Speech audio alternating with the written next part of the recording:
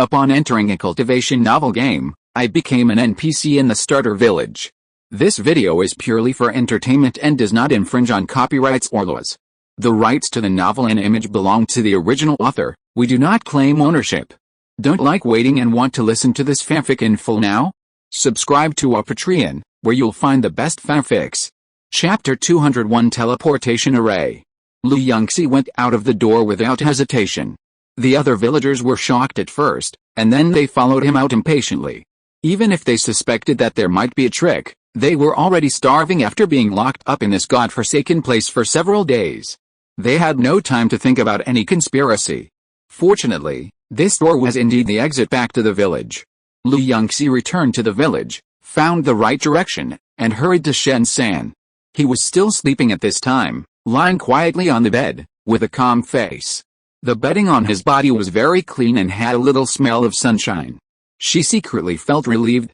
It seems that the villagers outside are really not very clear about the good things done by the village chief. Things are indeed as she thought. Yunxi did not want the things left by the dragon, so the village chief and several villagers who knew the truth naturally had no hostility towards her.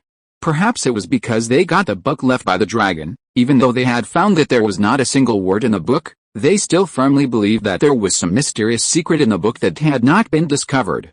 She proposed to take Shen-san away, and the villagers not only came to see them off in person, but also gave them a lot of gold, silver and jewelry. This treasure is 5 times the medical fee agreed upon before. Yunxi didn't understand a little, and guessed that it was probably because the village chief and his people had stabbed her in the back, and they were not very embarrassed.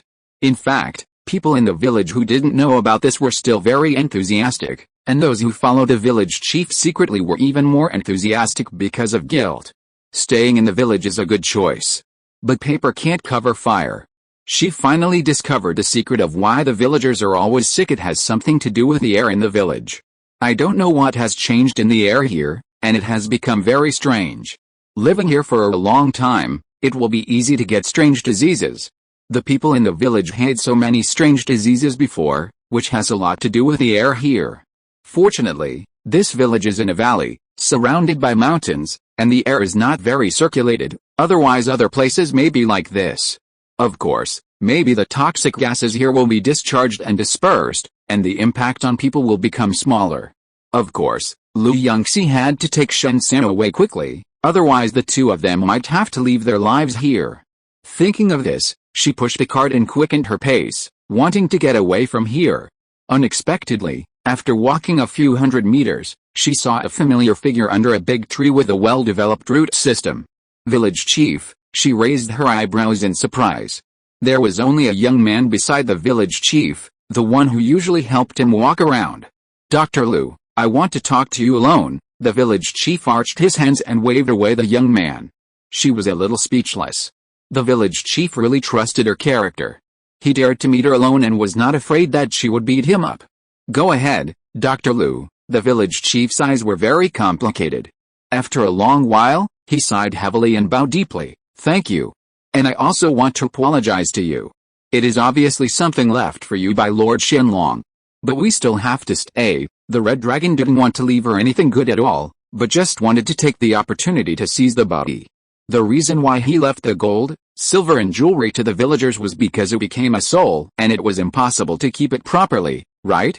She waved her hand nonchalantly. It's okay. No, you saved a lot of our villagers. This is a thank you gift. The village chief trembled as he took out a piece of paper and handed it to her. Yunxi took the ancient paper and felt a little puzzled. This is something passed down from our ancestors. It is said to be a treasure map, but the people in our village have been looking for it for nearly 100 years and have not found such a place. The village chief was a little embarrassed and quickly assured, but our ancestors said that there is indeed a treasure here. She looked down at the picture on it that looked like it was drawn by a kindergarten child and fell silent. Even if there is a treasure, she must first find such a place. After a long silence, she finally accepted the gift and reminded her, you should find a way to move out as soon as possible. The air in this village seems to have miasma. If you live here all year round, I'm afraid you will get sick all the time and your body won't be able to bear it. The village chief was happy to see her accept the gift, but when he heard this, the smile on his face froze instantly. She was shocked. No way.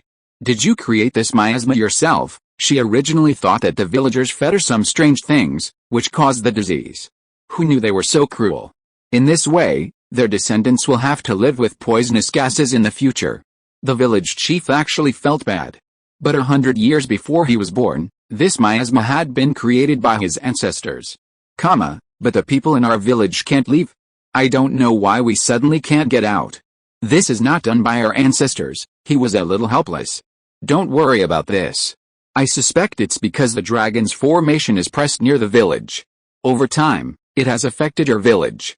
Now the formation has been broken, and you can leave at any time, Master. Shen-san was a little confused when he woke up. That day when the master fainted, he suddenly felt a tightness in his chest, his eyes went black, and he fainted. After that, every time he went online, it was pitch black, and the system didn't prompt at all. After waiting for many days, he was finally able to open his eyes. Seeing that his master was fine, he heaved a sigh of relief. Yunxi smiled, pressed his chest, and stopped him from getting up. You were poisoned before, and there are still a lot of toxins in your body. Don't move, otherwise you will have a headache. Shen-san smiled indifferently. No. Before he finished speaking, a feeling of pain that was about to split exploded in his head. He subconsciously covered his head, and it took a long time to ease a little. After that, he slowly got up. However, just sitting up took a full 5 minutes. Master, where have you been during this time? After he successfully brushed fishing to the master level, he left the waterfall. Who knew that his luck was not so good recently? He accidentally fell into a pit and was poisoned again. Thinking of this, he quickly opened the system to check, lest he was poisoned again without knowing it. I didn't go anywhere. Yunxi didn't want to talk about the intelligent brain artifact. She rolled her eyes and changed the subject. By the way, I got a treasure map and I'm looking for treasure recently. As she said that, she excitedly took out the map that the village chief gave her and unfolded it for Shen-san to see. Shen-san looked at the kindergarten-level map in front of him and was silent for a moment. Seeing that she had successfully changed the topic, Yunxi proudly shook the map in her hand and took it back. However, a second before she took it back, Shen-san's eyes suddenly lit up. Wait? Master, I seem to have seen this place somewhere. Yunxi paused, a little bit unbelieving, but still with a glimmer of expectation. She unfolded the map in front of him and asked him to recall it carefully. He stared at the map above and pondered for a long time, with sweat on his forehead. It was not until nightfall that he finally remembered this place. I know. Master, this is a place on the ice continent. I've been there before by accident. Shen-san slapped his thigh, but when he saw her delighted look, he felt a little embarrassed. But I was also blown by the wind and lost my way when I came across it. If I go there again now, I may not be able to find it. It doesn't matter. As long as we go around the road we went last time, we can always find it. Yunxi smiled and put away the map. You don't remember where we went, but I still have some impression. She originally thought that this treasure map would never be found, but she didn't expect to get a clue immediately. It seems that this treasure is destined for her. But the last time I went to the ice continent, I went alone. Shen-san hesitated for a while. Master, don't you know? Now you can go to other continents to play through the teleportation array. Teleportation array? Yes, many countries have built teleportation arrays to other continents now, which is much more convenient. You don't need to go by sea anymore. Yunxi was shocked and secretly opened the system with her consciousness to check. During this period, she was busy with training, and every time she opened the system panel, she didn't look at anything except the experience bar. If Shen-san hadn't suddenly mentioned this, she didn't know when she would have noticed it. Chapter 202, Settlement of Accounts. Many people in the forum have mentioned the intercontinental teleportation array. Yunxi glanced at it and noticed that Shen-san looked a little sleepy. Shen-san, go to sleep. Let's rest here. She patted his back and saw him close his eyes and his breathing gradually became smooth. Then she turned her attention back to the forum. The intercontinental teleportation array has appeared. Have you been to other continents? Let me tell you a secret. I found a purple pet in the desert continent. So far, the highest pet that has appeared in the forum is blue. This is the first time I've heard of purple pets. Can I ask the people above what kind of pets are purple pets? Picture JPG. Wow. This animal looks so majestic.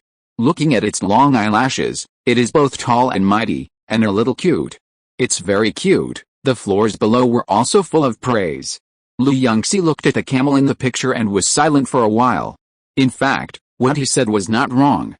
It was indeed tall and cute. She silently closed the forum and opened the ranking list. Only then did she notice that many of the people who were stuck at level 69 on the leaderboard had already broken through and become masters. She flipped through the other pages again and found that the other pages had not changed much, so she felt relieved. Time flies, and in the blink of an eye, a month has passed. Shen San's body has completely recovered and he will no longer vomit blood easily.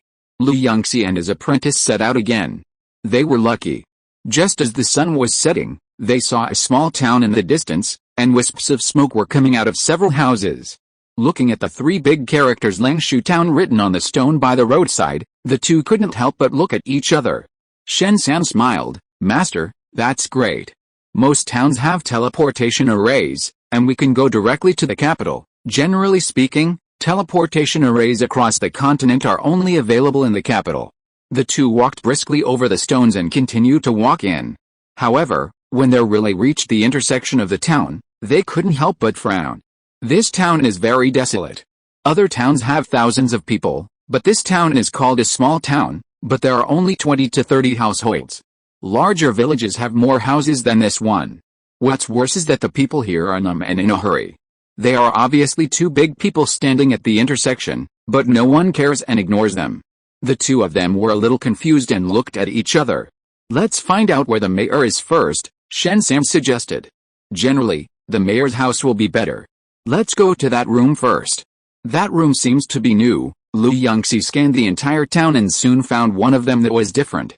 This new house is in a group of old houses, and it is particularly obvious that there is a little red in the green. The two came to the side of the newly built house and knocked on the door. Who is it? A woman's voice sounded inside the door, and then the door was opened. A woman with an old face opened the door. When she saw them, a trace of doubt flashed in her eyes. Who are you? Yunxi's eyes swept over the silk clothes on the old lady's body. After a pause, he decided to ask directly, Auntie, excuse me, we are just passing by. We want to ask you where the mayor lives? We want to find him to ask something. The old lady frowned and pointed to an old house in the middle of the town. The mayor lives there. After that, she closed the door without hesitation. The master and apprentice were a little surprised. The mayor's house was not the best in the town. The two paused, and still came to the house that the old lady said, and successfully found the mayor. The mayor was a very old man, and his vision was also blurry. Looking at the two of them, his eyes narrowed for a while, and then widened. After looking for a long time, he nodded. You are just passing by. But what is the teleportation array you are talking about? Why haven't I heard of it? When these words came out, Yunxi and his apprentice felt a little surprised. Mayor, it's the teleportation array, the thing that can change places in a flash.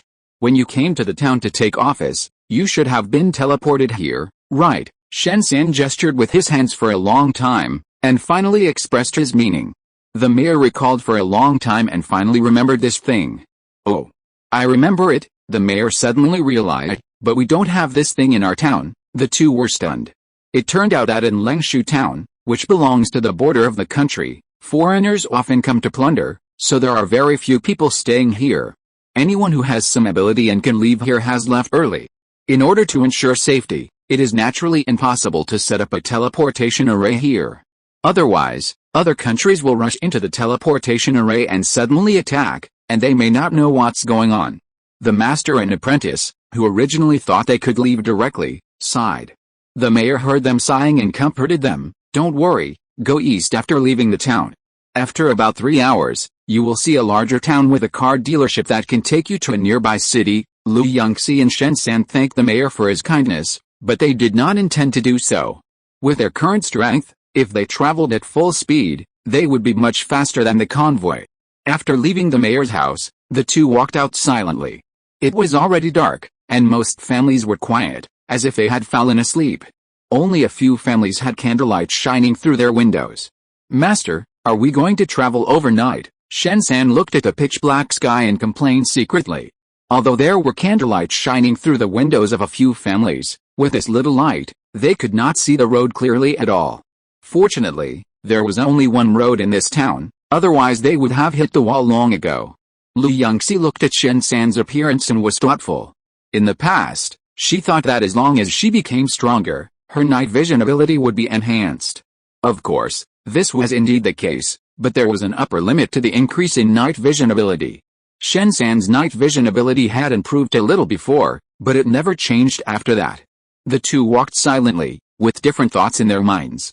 Just as they passed a slightly larger house, a very slight rustling sound was heard. Lu Yunxi reacted instantly and immediately took 2 steps back to avoid the hidden weapon. She looked down and found that it was actually 2 tiles that fell down. She was speechless. Next time, we should walk in the middle, not close to the wall. However, before she finished speaking, she saw something falling down. Lu Yunxi subconsciously took a few steps back, but forgot that Shen San was still beside her. Shen San was hit by the object falling from above. After a scream, he fell to the ground, blood gushed out, and formed a pool of blood. She was startled and hurried over to test Shen San's breathing. It took her a long time to remember that he was a player, so she had the mind to look at the person who fell next to her. Lu Yunxi was very cautious and watched for a long time before moving over. The person who fell on Shen San was indeed a person, and a girl. The girl's head was covered with blood, not from the fall, but from before she fell. She looked up at the empty roof and immediately used the blood recovery technique for the two. After that, she set up 2 tents and settled them one by one, and then fell asleep with peace of mind. The next morning, not long after Lu Yunxi woke up, Shen San woke up with his sword in his hand. Master? What happened last night? Last night, a little girl, I don't know if she was upset or careless, fell on your head. Looking at Shen San's face that turned black in an instant, she felt a little sympathetic. That's right, the poisoning had just healed, and he had only been out for a few days? He was hit by someone. Where is that person? She hit me, what should I say? She should apologize, right? He gritted his teeth secretly, feeling very dissatisfied. She hasn't woken up yet. In fact, the girl's injury is easy to treat, but she has not woken up. Lu Yunxi thought of the pale little girl and couldn't help but shook her head secretly. Shen San wanted to settle accounts with the little girl, but it was difficult.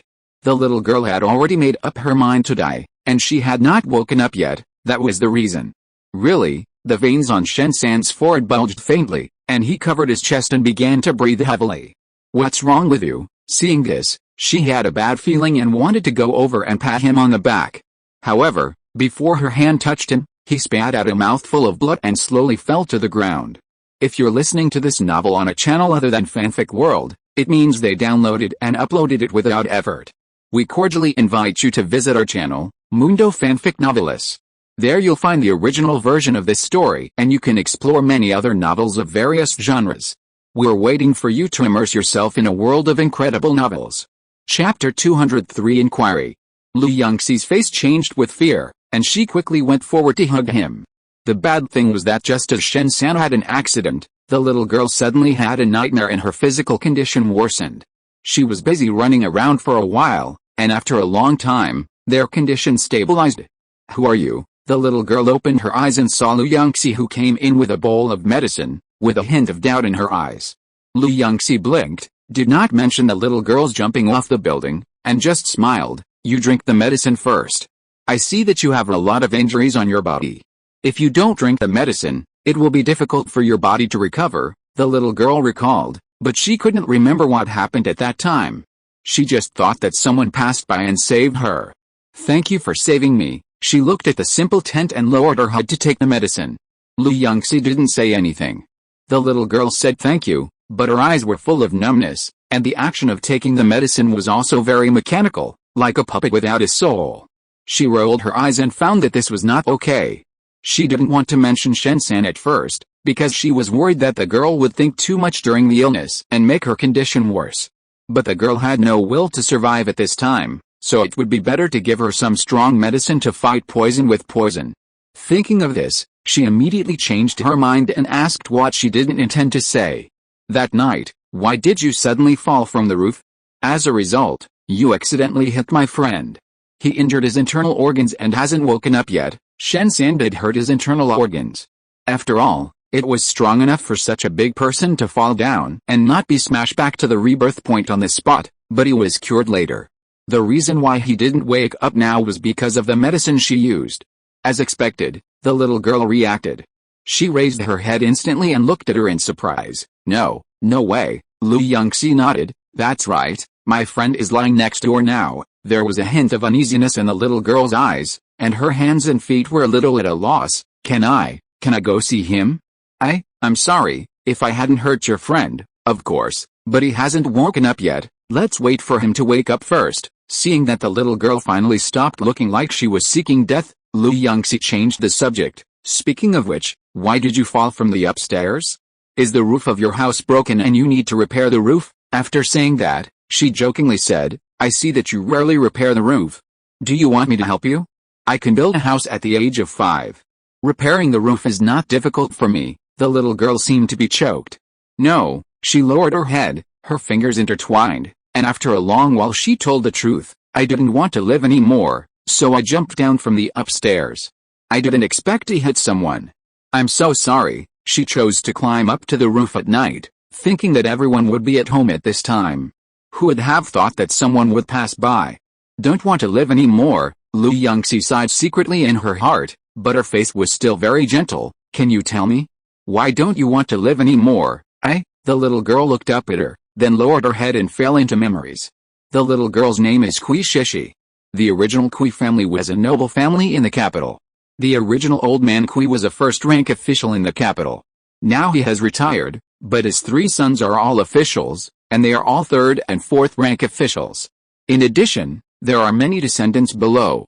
Many of them have passed the imperial examinations and are preparing to take the imperial examinations. For such a big family, it can be said that as long as they don't commit suicide, their future life will definitely get better and better. Who knows? Suddenly one day, the capital was in chaos, and there were shouts of fighting and killing outside the Kui mansion. The head of the Kui family and her sisters-in-law had gone out to the temple to fulfill their vows. The other adults were not at home either. Only the frail old lady Kui and the 3 little girls were left hiding together. Fortunately, this disaster did not affect them and passed peacefully. However, just when the Kui family was relieved, the new emperor ascended the throne and suddenly ordered the Kui family to be surrounded. The Kui family panicked, but no matter how they asked for help, no one dared to help. After waiting for a long month, the Kui family was suddenly confiscated on various charges. Kui Shishi, as a girl of the Kui family, was sentenced to exile.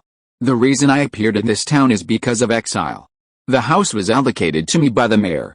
There are still a dozen empty houses in the town. If you want to stay, the mayor will be very happy. Kui Shishi looked up and smiled. Yunxi also smiled, but did not respond. The whole town is so small, and 1/3 of the houses are uninhabited.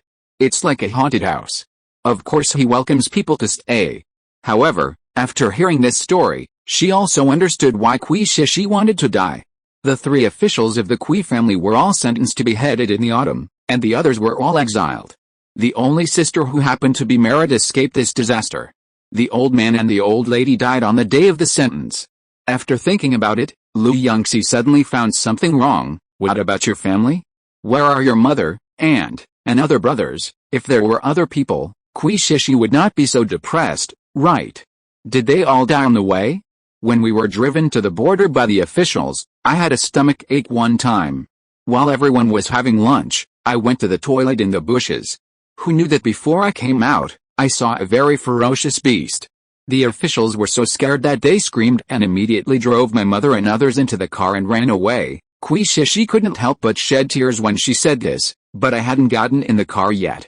I shouted at the back, wanting them to stop and wait for me, but the officials ignored me and just ran away. Seeing Kui Shishi's aggrieved look, Yunxi felt helpless. Later, I walked by myself and arrived at Lingshu town. The mayor is a good man and asked me to stay here, but I was the only one left, and I really couldn't stand it, perhaps because she had been pent up in her heart and was suddenly able to release it. Kui Shishi couldn't control her emotions for a while, and tears fell down. Yunxi comforted her for a long time, watched her fall asleep, and then left the tent. Standing on the path near the town, she looked up and sighed deeply. Master, hearing the familiar voice. Yunxi was stunned for a moment. When she looked down, she saw that the tent next door had been opened at some point, and Shen San looked at her with a pale face. Are you okay? She squatted down quickly, and seeing that he was silent, she suddenly thought about it. Did you hear what the little girl said just now? After Kui Shishi woke up, she apologized sincerely, and gave the only thing on her body that had not been searched away to express her apology. In the end, Shen San did not accept it. It was not that the things she gave were not valuable, but because the only thing he kept was given by Kui Shishi's fiancé. What if Kui Shishi's fiancé comes to ask for it in the future? It will be a lot of trouble. Kui Shishi felt very guilty, so she had to keep serving tea and water to Shen San, trying to do what she could. Shen San didn't need her at all.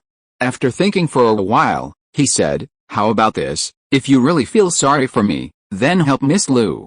Go and help her with whatever she wants." Kui Shishi hesitated for a moment, but then she changed her mind and thought that since it was an apology, the person who apologized should accept it, so she followed Lu Yunxi obediently. A few days later. "Miss Kui, are you going to leave with us? Maybe we can find your mother and the others." Although Kui Shishi didn't know where her family was exiled, she could always find clues by walking around the border, right? Kui Shishi was so shocked that the plate in her hand fell to the ground with a clatter.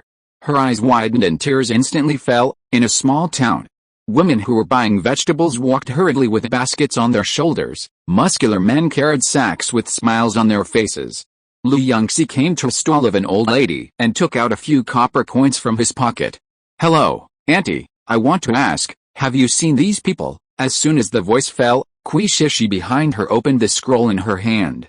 The old lady took the copper coin and her eyes lit up at first, but after staring at the portrait for a long time, she still had no clue. Chapter 204 In Broad Daylight. I haven't seen the person in the portrait, sorry, young lady. The old lady scratched her head a little embarrassedly. Then, "Old lady, do you know anyone around here who is well informed?" The old lady's eyes suddenly lit up. "Don't worry, I know this very well. Have you seen the old beggar in the north of the town? There's nothing in our town that he doesn't know." The old lady patted her chest and made a promise, which made Lu Yunxi and his group full of confidence. They hurried to the old beggar. The old beggar was wearing a patched dress, and his hair was very long and messy, covering his face. If you look closely, you can see lice jumping in his hair. Lu Yunxi still said the same old thing. "Hello, I want to ask, have you seen these people?" Kui Shishi took out the scroll skillfully and unfolded it one by one. The old beggar looked at the person in front of him, and on his clean and delicate hands, a few copper coins were rubbed to emit a moist light. He glanced at the person in the portrait, and his expression became a little subtle. "Are you looking for the Kui family?" His tone was meaningful. Lu Yunxi could tell that his tone was wrong, but she was already a little annoyed after searching for more than a dozen towns and not finding anyone. She didn't bother to study the old beggar's abnormality at this moment, and immediately asked excitedly, "Do you know where they are?" The old beggar glanced at her hand without a trace. She understood immediately and stuffed the copper coins in her hand into the old beggar's hand. Unexpectedly, he immediately took back his hand, crossed his hands, and looked resistant. "What, are you kidding? You want to buy information from me, but you only offer this little?" Lu Yunxi raised her eyebrows, a little surprised. "In these places, except for the previous Long Village, if you dare to take out silver, you will be robbed. Take out gold. It's incredible. You don't need to sleep. 24 hours a day, thieves and robbers take turns to fight, without stopping. Here, everyone uses copper coins. This purchasing power is enough." Thinking of this, she looked around. "It's not convenient here. Let's go outside." The old beggar shook his head, took them a few steps, turned a corner and entered an empty alley. Lu Yunxi twitched her eyes. She said why the beggar had to sit here. There were obviously no people passing by here. How could he beg for money? It turned out that he usually did business in this alley. She took out a silver ingot. The old beggar took it, took a bite, and put it away with satisfaction after a long while. "If you want to find the Kui family, you can go to Wuzhou next door." "Wuzhou? Where is this? I have never heard of it." "Yes, you leave the town and go straight in this direction. At the end is Wuzhou City. There's only one road in total, no forks, and you won't go wrong." Maybe because of the silver, the old beggar was in a particularly good mood and pointed them in the direction. Lu Yunxi took out a pen and paper and quickly wrote down everything the old beggar said. Just as they thanked the old beggar and were about to leave, they heard his meaningful voice behind them. "I advise you not to get close to the Kui family unless it is necessary, and don't go to Wuzhou. Otherwise you will regret it." Lu Yunxi and his group were somewhat puzzled and quickly turned around, only to see that the old beggar was squatting quietly in the corner as before, as if it was not him who had just spoken. The group of people walked forward along the path pointed by the old beggar, but they all had a bad premonition in their hearts. What did he mean by that just now? Kui Shishi was very uneasy and turned her head to look at Lu Yunxi beside her. Miss Lu, why don't you not go to Wuzhou? From what the old beggar said just now, Wuzhou is very dangerous. It is even more dangerous to get close to their Kui family. Could it be that the emperor is still unwilling to let their Kui family go? The more she thought about it, the more panicked she became. Kui Shishi didn't want Miss Lu and Master Shen to be involved in this matter, and she would not agree to move forward no matter what. Lu Yunxi and Shen San looked at each other. Well, it's okay if you don't go. Just stay here and we'll go to Wuzhou. Although she could guarantee Kui Shishi's safety, if something really happened, it would be better for Kui Shishi to stay away. If she stayed too close, they would worry that they would be tied up. Kui Shishi. She said this because she hoped that Miss Lu and Mr. Shen would stop interfering in the matter, instead of letting them go to Wuzhou by themselves. If they were in danger because of the Kui family's affairs, she would die 10,000 times and it would not be redeemable. No, that's not what I meant. Thinking of this, she was anxious and didn't know what to say. Lu Yunxi knew what she was thinking, but she insisted, I am a first-class escape skill. Even if I am chased by thousands of people, I can easily run away. What's more, I have to go to the big city to have a look. Even if it has nothing to do with you, I have to go. Kui Shishi didn't convince her no matter what she said, but she was actually convinced. When Lu Yunxi and his apprentice walked away and only a tent was left there, she came to her senses after putting a protective shield for Kui Shishi. Lu Yunxi felt relieved and took Shen San to use Qinggong. It took only a short while for the two to arrive in Wuzhou. Wuzhou is a big city, but it is different from Jianzhou. Although there are many people in it, the people in Jianzhou are all happy, while the people in Wuzhou are all vicissitudes of life. The houses in Jianzhou are carved with beams and painted with rafters, while the houses in Wuzhou are very ordinary, but the walls are very high and solid. Lu Yunxi and Shen San looked at the door for a while before entering the city. The two went straight to the beggars in the city and asked them to help find someone. It was still familiar words and familiar scrolls, but this time, it was Shen San who opened the scroll. However, after asking all the beggars in Wuzhou city, they did not get any clues. It was already afternoon. Lu Yunxi rubbed his temples a little tiredly, a little puzzled. This portrait was all drawn by Lu Yunxi based on Kui Shishi's dictation. According to Kui Shishi, the people in it are 8 points similar to real people. If someone has seen the portrait, they will most likely recognize it if they have really seen it. Even if they can't recognize it, they should at least have some impression of it. But, could it be that the old beggar deceived her? Master, let's eat first and think about it. Shen San looked at her frowning face and was a little worried. Lu Yunxi wiped the sweat off her face and was about to refuse, but when she turned around, she heard Shen San's stomach growling, so she nodded. The two of them randomly found a store and ordered some food. However, as soon as the dishes were served, Lu Yunxi threw her chopsticks. Master, Shen San was startled by her sudden action. What's wrong with you, boss? Come here. How dare you drug me in broad daylight? Lu Yunxi's voice was deep and angry. I didn't expect to run into a black shop here. Hearing this, Shen San quickly put down his chopsticks. Fortunately, he hasn't eaten yet. The customers around were also scared when they heard this and quickly threw away their chopsticks. The shopkeeper came over in a hurry. Oh, young lady, have you misunderstood? Our inn is a conscientious inn. How could there be drugs?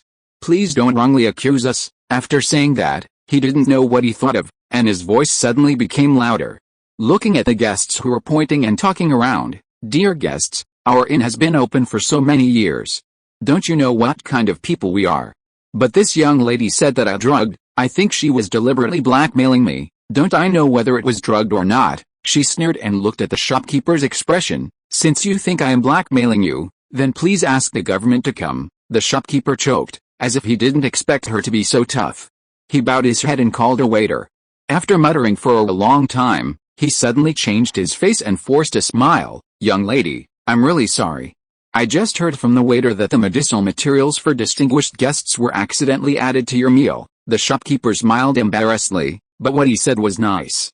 There is a distinguished guest in the store these days, and he asked us to send him medicinal food on time. But we accidentally took the wrong one. He looked guilty and uneasy. I am so sorry. He looked at the angry faces of the guests around him and explained quickly, don't worry, this distinguished guest is not sick. This medicinal food is for nourishing the body, and anyone can eat it. Chapter 205 Mrs. Kui. The guests around were not so dissatisfied after hearing this. This accident is the problem of our inn. All the bills of the guests are waived. It is our compensation. Seeing this, the shopkeeper bowed and apologized again. As soon as these words came out, all the customers calmed down. Even if they accidentally ate the food with drugs, it would not be a problem, and they could get the bills waived, so they were not angry. A cold light flashed in Lu Yunxi's eyes. Looking at the new dishes served by the inn, he didn't say much. After dinner, they left the inn. The two were thinking about how to find someone, but soon realized that something was wrong. On the way, they encountered several assassinations and poisonings. The most outrageous thing was that they actually encountered a big pit on the road, which was full of spikes. If it weren't for their quick reaction, they would have become hedgehogs by now. After that, there were endless accidents, and Lu Yunxi and Shen San were quite tired. After the 39th accident, Lu Yunxi finally couldn't stand it anymore. Shen San, go and catch the man in the corner. I want to ask him why he is causing trouble for us. Her tone was cold, but a smile suddenly appeared on the corner of her lips. Shen San responded and silently caught a man hiding in the corner. What are you doing? Let me go. The man was shocked and started to struggle while shouting. However, Shen San was very strong and was not something that the young man could stop. He was like a fish on a sticky board. He jumped hard for a while, was so tired that he was out of breath, and finally had to give up. Lu Yunxi's expression was cold. Did you poison us all the way? The man was so scared that his face was deformed. What are you talking about? Of course not. I am a man who stands tall and proud. How could I do such a petty thing? Master, don't believe his lies. This man followed us all the way. If he didn't poison us, why would he follow us? Shen San rolled his eyes and sneered. It's unfair. I really dare not lie to you. Lu Yunxi's expression did not fluctuate at all. Shut up. Continue. The man choked. I followed you because of curiosity. I didn't expect you to survive. You may not know that the prefect of Wuzhou has secretly ordered that no one is allowed to help the Kui family. If anyone helps, it means they are against him. When the prefect gets angry, the small officials below will definitely suffer, and they will naturally stop you. What? Lu Yunxi raised his eyebrows. The prefect of Wuzhou is so powerful, and he can still control the people of the whole prefecture. The county magistrate is worse than the current one. The prefect can be said to be all-powerful here. Who dares to disobey him? The man shook his head. As soon as you came in, you asked about the Kui family everywhere, and you have been targeted for a long time. Lu Yunxi and Shen San looked at each other, with some confusion in their eyes. Why? Does the prefect of Wuzhou have a grudge against the Kui family? Are the Kui family still alive? What kind of deep hatred is this? After someone was exiled, he still rushed to add insult to injury? How do I know why the prefect of Wuzhou wants to deal with the Kui family? However, the Kui family is indeed still alive. The man's expression was a little strange. Although the prefect did not allow everyone to help the Kui family, he did not intend to kill them. I heard that they were sent to Bizhan. The man knew limited information, and after he could not get more information, the two men left him alone. A sudden fire suddenly broke out in a corner of Wuzhou city. The fire was very big, and the residents of Wuzhou were scared to death when they saw the fire. Fortunately, someone reacted in time and rushed over with water. Everyone worked together and spent a full half an hour to completely extinguish the flames that were as high as a person, leaving only billowing smoke. No one noticed that in the corner, a person watched the flames gradually disappear, revealing two charred corpses in the flames, and raised the corners of his lips. He turned his head and whispered to the person following behind him, "Tell the adults that the task has been completed. Remember to send the money to the designated place." The person behind him nodded silently and left immediately. Almost half of Wuzhou's people were out, so naturally no one noticed that two people jumped into the woods outside the city wall of Wuzhou. Ahem. The smoke is too choking. Damn it. Shen San covered his mouth and coughed for a long time before he felt his breathing was a little better. Why do you have to escape? You can just run away. Lu Yunxi stood by and waited patiently for a long time. Seeing that he was fine, he smiled and said, "If we don't escape, I'm afraid the prefect's people will keep chasing us. and it will be inconvenient to find people. Shen San thought about it and felt helpless. The two discussed it and ran all the way to Bizhan. Wuzhou Bizhan, it is said that all the women of the Kui family were sent there, and as for the boys and their family, it is not clear at the moment. They met some small villages on the way, and the two asked for directions. They hurried all the way and soon arrived at Bizhan. This is a relatively prosperous town, with houses standing in a mess in the streets and alleys. Unlike ordinary towns, the houses in Bizhan are in different directions and shapes. Hexagonal and triangular houses can be seen everywhere, almost filling the entire town. Master, there is a wall outside this town.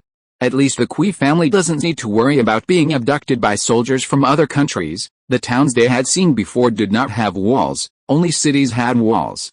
Lu Yunxi frowned. The houses here were in a mess, and she was afraid that she would miss a family while looking for them. The two discussed it, drew a thumbnail of the town, and assigned their respective responsibilities, and then went to look for people separately. Because they were worried about something like what happened in Wuzhou, the master and apprentice were much more cautious this time.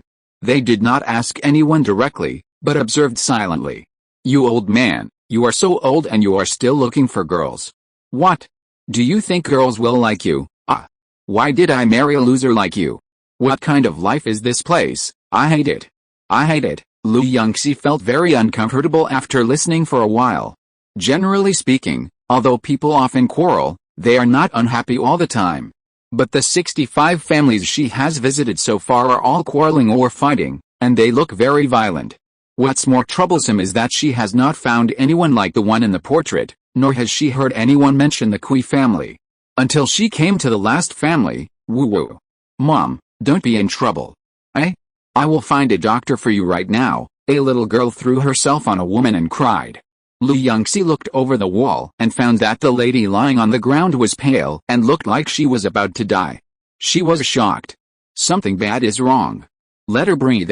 She can't breathe. She couldn't help shouting. The crying little girl heard her voice and looked confused. How to breathe? Lu Yunxi was so anxious that she climbed over the wall, took the patient and started to rescue him. The little girl was stunned at first, and then she was shocked and wanted to stop her. What are you doing? My mother is dying. Don't hurt my mother again. In the last moment of her life, a flash of anger flashed in her eyes, and she wanted to push Lu Yunxi away. However, the master-level strength is not exaggerated. Lu Yunxi did not move at all, and the rescue was carried out in an orderly manner. Time passed by every second. Fortunately, after a cough, the lady lying on the ground barely recovered her breathing and finally opened her eyes. Thank you for saving my life. I don't know your name? Where do you live? We just moved here. When we are ready, we will definitely come to thank you. The woman's eyes were full of tenderness, and she barely supported herself to sit up. The little girl next to her was surprised and happy, and she also thanked her repeatedly, while carefully supporting the woman. Lu Yunxi didn't pay attention to what they said, but only looked at their eyes. The woman's eyes were exactly the same as Kui Shishi's. Madam, how should I address you? Oh, my husband's last name is Kui, so you can call me Madam Kui. Chapter 206 Asking for Directions. Mrs. Kui, hearing this familiar surname, Lu Yunxi's eyes inadvertently swept across the woman's face. She actually had some doubts. Is this Mrs. Kui the mother of Kui Shishi? The eyes are so similar. The eyes are very similar, but there is no other part that resembles Kui Shishi at all. The most important thing is, this face doesn't look like the face in the portrait at all. If one person doesn't look alike, then the other person can't look alike either, right? Lu Yunxi's sight turned inadvertently and circled around the face of the little girl who was supporting the woman. The other girl in the Kui family didn't match the portrait either. She paused, but didn't ask any more questions. She just smiled, said goodbye to the two, and went to meet up with Shen San. It took Lu Yunxi and Shen San nearly a day to walk through the entire town. There are a lot of people in Bizhan. I'm almost dead tired after walking for a day. Shen San took out a large can of water from his backpack and drank it with his head tilted back. Master, I haven't found anyone related here. What about you? Lu Yunxi was also a little dizzy and frowned, supporting his head. I do have a surnamed Kui here, but looking at their appearance, they don't look like the blueprint. Bizhan is very desolate. There are either grass or dry yellow soil on the ground. There are not many trees. Going further south, almost to Wuzhou, there are more trees. So after arriving in Bizan, the two felt that the temperature was much higher, and the wind and sand were strong, which made people feel hot and uncomfortable. If Lu Yunxi and Shen San were not strong enough, they might have fainted on the ground like the beggars on the road. The master and apprentice didn't bother to pay attention to the dust on the ground. They sat down and took a nap against the wall. Wait! Beggar! Lu Yunxi suddenly opened his eyes. She pushed the sleepy Shen San next to her and lowered her voice. Didn't they say that there are no beggars in Bizan?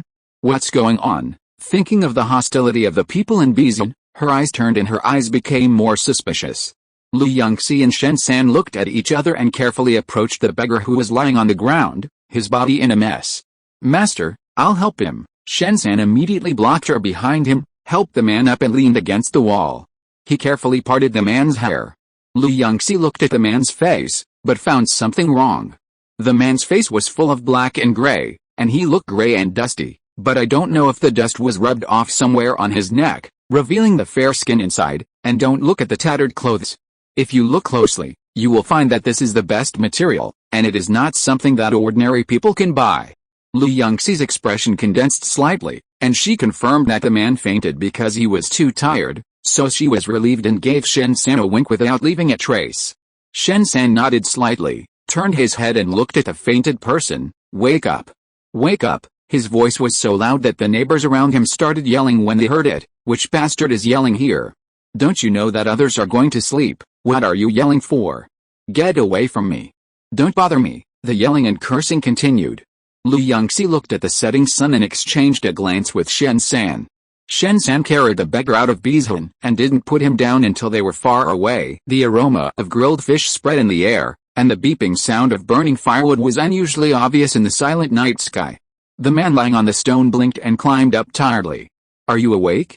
We saw you fainted on the road, so we gave you some water. Lu Yunxi looked at the somewhat bewildered man and smiled faintly. Fortunately, you are lucky enough to wake up. The man took a deep breath and said gratefully, thank you for saving my life, both of you. I wonder where you are going?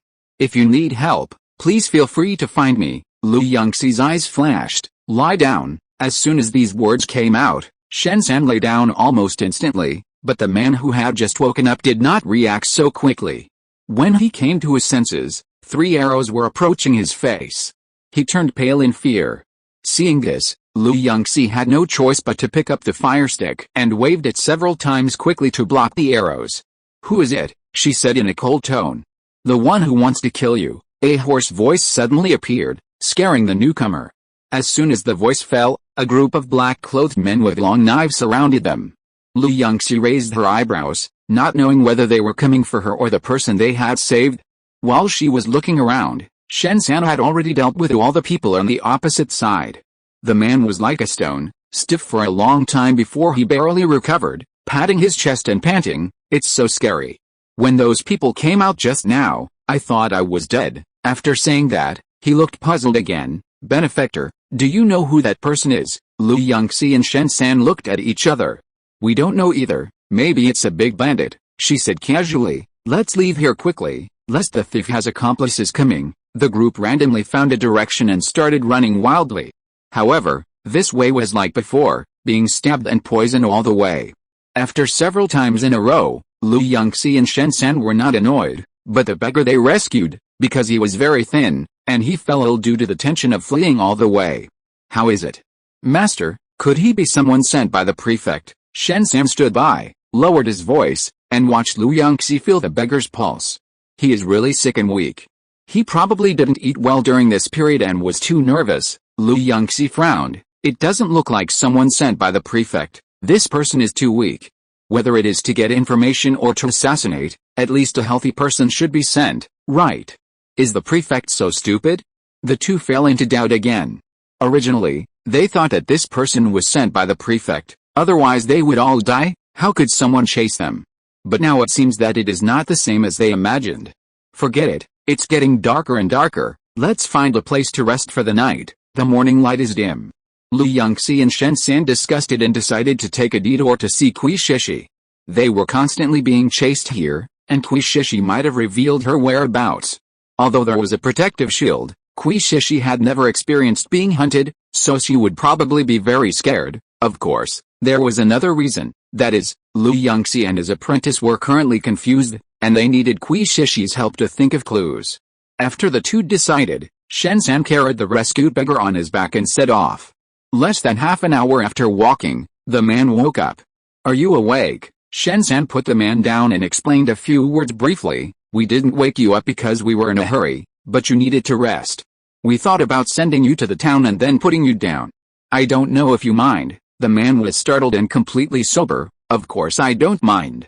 I have nowhere to go. Thank you two benefactors for taking me. Don't be polite, just don't blame us for taking you away." After Shen San finished speaking, he turned his head to look at his master and said, "Master, we just came out of Beizhen, where should we go next?" Lu Yunxi paused, thinking, "Didn't we just discuss it?" Turning around, she saw that person's face was full of confusion. She said thoughtfully, "I don't know either." "How about?" Before she finished speaking, the person seemed to have thought of something and said in shock, "Wait? You said you just came out of Beizhen. When did you go to Beizhen?" "We found you in Beizhen." "Impossible. When I fainted, I was obviously not in Beizhen. Beizhen is still dozens of kilometers away from the town I went to." "What?" Lu Yunxi's eyes flashed, staring at the person closely. However, the person who was rescued insisted that the place where they met before was not Beizhen. Lu Yunxi and Shen San looked at each other, with a hint of doubt in their eyes. Along the way, they asked a lot of people for directions. It is impossible that everyone got the wrong way, right? Chapter 207 Breaking In. The rescued beggar insisted on his opinion. "Benefactor, you saved my life. I swear, if I lied to you, I will be struck by lightning and die a miserable death. Although I am not a local, I have been here for several days and know a lot of things. For example, the Beizhen is located in a remote and sparsely populated place. There is no special road to it. No one can go there without an acquaintance," he vowed. Seeing that he did not seem to be lying, Lu Yunxi and Shen San could not help but fall into deep thought. The two looked at each other, leaving the beggar to rest on the road, and they directly separated at the fork in the road and went to different villages to ask for directions. "Uncle, please ask, do you know where this Beizhen is?" "Auntie, excuse me, I came here to visit my relatives.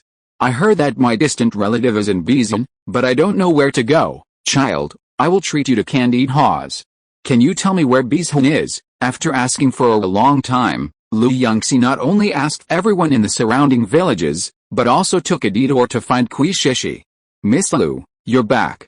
Where's Master Chen?" Kui Shishi came up anxiously, and when she found out that someone was missing, her heart skipped a beat. "Don't worry, he's fine, he just went to ask for directions." Lu Yunxi waved her hand nonchalantly. "As for you, we've found some clues, but we're not sure if it's true. We still need to find out. By the way, do you and your family have any secret codes or something? Otherwise, I'm not sure if it's the person I'm looking for." "Secret code?" Kui Shishi was stunned, and then frowned. Who would come up with a secret code for no reason?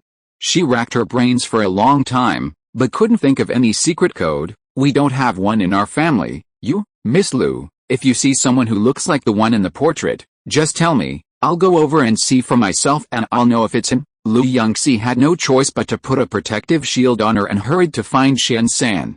Before they returned to the fork in the road where they had parted before, the two of them bumped into each other. "Master, how are you doing over there?" Shen San asked immediately when he saw her. "Everyone I asked told me that Beizhen was going in that direction." "What about you?" "Me too." They all pointed in the same direction. Lu Yunxi's face was slightly condensed, and he lowered his head in thought. When they first went to Beizhen, they only asked 2 or 3 people, and then followed a route they pointed to reach their destination. But it would have been fine if there were few people asking before, but now there are so many people asking, and everyone can point out where Beizhen is. It's so strange. A 4 or 5-year-old child can answer it. Maybe he is a genius, but all 4 or 5-year-old children can point out the direction of Beizhen. Are all the children in the surrounding villages geniuses? In addition, some elderly people who can't even recognize their own children can actually clearly point out the direction of Beizhen. Lu Yunxi raised the corners of his lips and smiled coldly. "It seems that we have indeed fallen into a trap. I'm afraid that Beizhen is a trap, waiting for us to go in and catch the turtle in the jar." The expressions of the master and apprentice became more and more ugly. After thinking about it, Lu Yunxi took out a mantra pill again and asked the villagers around. "Lu Yunxi, where's Beizhen?" The villagers were sweating. After leaving the village, go west first, and you can see, Yunxi, why did you lie to us? And you pointed us in the wrong direction. The villagers were terrified. The prefect said that if someone accidentally revealed the location of Bizhun, all of us in the village would be buried with him. Yunxi, where did you point me to at the beginning? The villagers wanted to cry but had no tears. It's an unknown town. The people in it are all poor relatives of the officials in Wuzhou. They are all very arrogant. After asking a few more questions, the villagers around them didn't know either. Yunxi and Shensan finally understood the situation. It turned out that the person they rescued really didn't lie. They were pointed in the wrong direction along the way and were deliberately sent to an unknown town. Except for some special towns that will be marked with the name of the town, most towns don't have names written on them. They are not big cities, and they don't even have city walls. Even if the name of the city is written, they don't know where to hang it. Thinking of how much time they had wasted in that town full of relatives of Wuzhou officials, Yunxi couldn't help but grit her teeth. She'll go. She said that Mrs. Kui didn't look like the person in the portrait. The eyes were so similar, the prefect must have found her specially. Thinking of how Mrs. Kui was almost suffocating at that time, she couldn't help but shake her head secretly. She admired that she could be so cruel to herself. The two looked at each other and were speechless for a long time before walking towards the previous fork in the road together. The person who had been waiting there saw them and finally breathed a sigh of relief and greeted them. Benefactor. You are finally back. After waiting for a long time, he thought something had happened to them and was in a state of anxiety. This young man, we have something to do and are ready to leave here. I wonder if you want to stay here or... Yunxi's tone was much gentler. Before he finished speaking, the man immediately said, my surname is Kui, benefactor, just call me Xiao Kui. I have nowhere to go here. I wonder if I can go with you, Kui. Yunxi was shocked. Now that she heard this surname, she had a conditioned reflex. Shensan was also stunned. There are too many people with the surname Kui. He quickly turned his head to look at Mr. Kui, and his eyes were like a scanner, scanning the man up and down. Mr. Kui was stared at closely by the two people, and he felt as if he was stared at by a beast. He couldn't help but shrink his neck. What's wrong? We want to go to Wuzhou. You want to go with us? Yunxi's eyes flashed. Then you at least tell me what you did before? What if you did something bad before? Wouldn't we be dragged down by you? Maybe because she was deceived once. Her tone this time was not very good. Mr. Kui seemed a little scared and shrank his neck. My own business? Of course, no problem. Then, Mr. Kui told his own story again. After listening to Mr. Kui's life story, Shensan frowned and thought, this story sounds very familiar. Of course it's familiar. She lowered her voice and twitched her eyes. What happened to him? Isn't it exactly the same as what Kui Shishi said? The same Kui family, the same story, even the same encounter with a beast in the toilet. And the same being abandoned. This person's story is exactly the same as Kui Shishi's, except for the protagonist. The master and apprentice looked at each other, wondering if they were being tricked. When they first met Kui Shishi, perhaps they had been involved in the conspiracy. The two had serious expressions, and Mr. Kui next to them became more and more uneasy. Benefactor. He was so anxious that he was sweating profusely. He wanted to say something, but he couldn't say it clearly. Suddenly, he felt a blackness in front of his eyes. Yunxi had a cold face, retracted his hand knife, and watched Mr. Kui fall to the ground. Master, are we going to take this person with us? Shensan was a little helpless. He didn't want to carry someone around anymore. Take him over, she said coldly, with a hint of amusement in her eyes.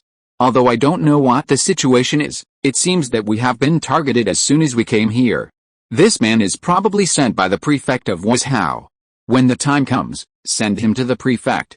I want to see what he says. Shensan nodded and silently carried the man. The two of them used Qingguang directly and rushed to Wuzhou at a fast pace. Yunxi and Shensan lowered their voices, tied up Mr. Kui with a rope, and threw him in the wild. Before leaving, she also put on a protective shield for him to prevent Mr. Kui from being killed. The two came to the prefect's house in the dark. At this time, the prefect was in the courtyard of the concubine, hugging the concubine happily. A gust of wind blew, and a sword with a cold light had deeply penetrated the middle of the two people's heads, cutting off a few strands of hair. The woman on the bed looked at the sword beside her cheek, frightened and pale, and grabbed the thin quilt on her body. Who? Someone come, The prefect of Wuzhou was so frightened that his face changed drastically and he started to yell. He struggled to get up, but his belly was so big that he looked like a pregnant woman in her 6th or 7th month. He couldn't escape at this moment. Lu Yunxi looked at him coldly with an indifferent expression. Seeing that she didn't continue to attack, the prefect gradually calmed down. Who are you? Do you know how serious a crime it is to break into the prefect's house? If you leave now, I won't pursue the matter. Chapter 208 Brother-in-law. Do you really think she is stupid? If she really walked out of the door, the prefect might have ordered people to surround her on the spot. Lu Yunxi curled the corners of her lips, with a hint of sarcasm in her eyes. Prefect, let me ask you, did we know each other before? Why did you send people to chase? Bang! Before she finished speaking, the closed door was suddenly broken, and several masked men in black rushed in, with swords in their hands flashing cold light. Lu Yunxi's face changed. Where is this guy Shen San? So many people broke in, didn't he notice it yet? Quick! Kill her! The prefect of Wuzhou hid in the corner, pointing at her and yelling. Almost instantly, Lu Yunxi pulled out the sword stuck in the bed and fought with the man in black. However, as soon as the fight started, she realized something was wrong. There were guards in the prefect's house. They were able to enter without a trace because they were strong enough. The guards were only about level 10, which was only the level of the novice village. Naturally, they could not find their traces. But this group of black-clothed men were all level 60, which could be said to be relatively strong in this continent. Lu Yunxi's face sank slightly, and she became more and more suspicious of the Wuzhou prefect. For ordinary prefects, if there were 1 or 2 people at level 50 or 60 among their retainers, they would be very lucky. Although Lu Yunxi was strong enough, there were too many people on the opposite side. Seeing the black-clothed men coming up continuously, she fled and retreated, wanting to leave the house. The space here was too small. Sometimes she chopped a candlestick, and sometimes she hit the table. The cups were broken all over the floor, and the curtains were tattered. She wanted to take action, but it was difficult to show it. Who knew that as soon as she moved behind the door, someone grabbed her right arm? Lu Yunxi's face sank, and she pushed back with her left hand fiercely, but was stopped by someone. Master, it's me. Let's get out of here first. Shen San's voice came from behind. She didn't say much, following his force, and quickly evacuated the prefect's house. Fortunately, after they left the prefect's house, they didn't run far before the men in black stopped chasing them. The two circled a few more times, making sure they had gotten rid of the people behind them, and then found a place to rest. Master, are you not injured? Shen San asked immediately.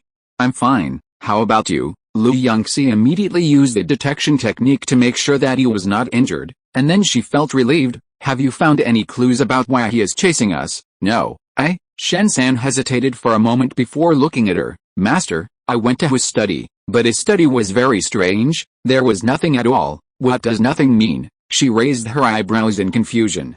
His study is very strange. Although there is a bookshelf in it, and pens, inkstones, paper and inkstones are all complete, it looks like they are all new. No one has ever been in there, let alone any secret letters or something like that. If he hadn't walked through the entire prefect's house, he would have thought he had taken the wrong path. Lu Yunxi paused and fell into deep thought. The two of them walked casually while thinking, and unknowingly walked to the place where Master Kui was tied up before. He had just woken up at this time, and he looked at the wild wolf outside through the protective shield. He wanted to scream, but he didn't know if it was because he was too scared, but he couldn't make any sound. He could only stare at the sleek wild wolf with his eyes wide open and his mouth open. Lu Yunxi and Shen San paused and immediately stepped forward to help. Shen San was faster, after all, his weapon was at hand, and Lu Yunxi's sword, which he had picked up from somewhere, had been lost. Blood splattered. Master Kui saw this scene, his eyes rolled back, and he fainted. Lu Yunxi silently removed the protective shield, and was relieved after carefully feeling his pulse. I didn't expect that Master Kui was so timid that he was scared to faint. In this way, he didn't look like someone sent by the prefect. The two thought about it for a long time but couldn't figure it out, so they simply took Master Kui with them and returned to Kui Shishi. Unexpectedly, Kui Shishi was shocked when she saw Mr. Kui. Second brother, Lu Yunxi repeated, a little surprised. Is it really a coincidence? They are family. Kui Shishi nodded. He is my second brother, Miss Lu. Where did you find him? Lu Yunxi was silent for a while, turned her wrist, flicked her fingertips, and shot the truth pill in her hand into her mouth. Hey! Miss Lu, what you just gave me? Kui Shishi's eyes became empty before she finished her words. Lu Yunxi took the opportunity to ask about her doubts. Surprisingly, what Kui Shishi said was true and she didn't lie. Moreover, she didn't even know that the prefect of Wuzhou was looking for trouble with the Kui family. She fed Mr. Kui next to her a truth pill and found that this man didn't lie either. Even the time when he and Kui Shishi got lost was the same day. However, the car of the men was in front, and the car of the women was in the back. They were too far away to see clearly, so Kui Shishi thought that everyone else had gotten in the car and she was the only one who got lost. Fortunately, Master Kui was a man after all, and he was fast on his feet. He came here earlier than Kui Shishi.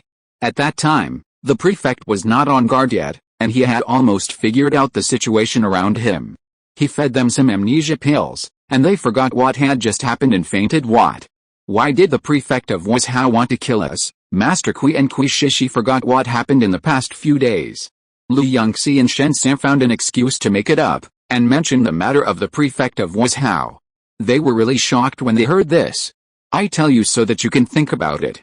Does your family have any enemies with him? Or do you have other enemies? Seeing that they were so shocked that their eyes were about to fall out, Lu Yunxi asked without hope. My father, uncles, and aunts all have officials in their families, so naturally there are people with whom they have bad relationships. Miss Lu, now that you mention it, I also, Master Kui scratched his head, and suddenly his eyes lit up. Oh, by the way, if we talk about enemies, there is indeed one, the one who almost became my eldest brother-in-law. Kui Shishi was stunned, and also remembered this person. Yes, when my family first started looking for a brother-in-law, we picked and chose, and finally chose the eldest son of the Zhuang family. Who knew that one day, we suddenly found out that he had a concubine outside, and even gave birth to a son. Naturally, our family did not agree to let my eldest sister get married, so we called off the marriage. Who knew that the other party was obviously the one who made the mistake, but he acted like a victim and spread a lot of rumors outside, such as the eldest daughter of the Kui family had a bad fate, and the eldest daughter of the Kui family would bring down her husband if she was married, and so on. Because the place where the rumors were spread was in the downtown area, the Kui family did not find out at first. When they finally found out about the problem, the rumors had spread everywhere. The Kui family has always had a good relationship. Brothers and sisters, mothers-in-law and daughters-in-law, and sisters-in-law all get along well. But when they heard this rumor, they were furious. Several brothers secretly put a sack on the man, and the elders of the Kui family severely tortured the man's father. At that time, his father was almost promoted, but the Kui family muddied the waters. In the end, not only did he not get promoted, but he was demoted. In short, from then on, the Kui family and the Zhuang family would be jealous when they met. It can't be said that they fought to the death, but apart from not hurting each other's lives, what other obstacles have they not used on each other? After hearing this story, Lu Yunxi and Shen San looked at each other. So, it is very likely that your former brother-in-law took action and asked the Wuzhou prefect for help to take your lives. The Kui brother and sister looked at each other and nodded hesitantly. It should be, right? After all, apart from him, no one else has a deep hatred with us.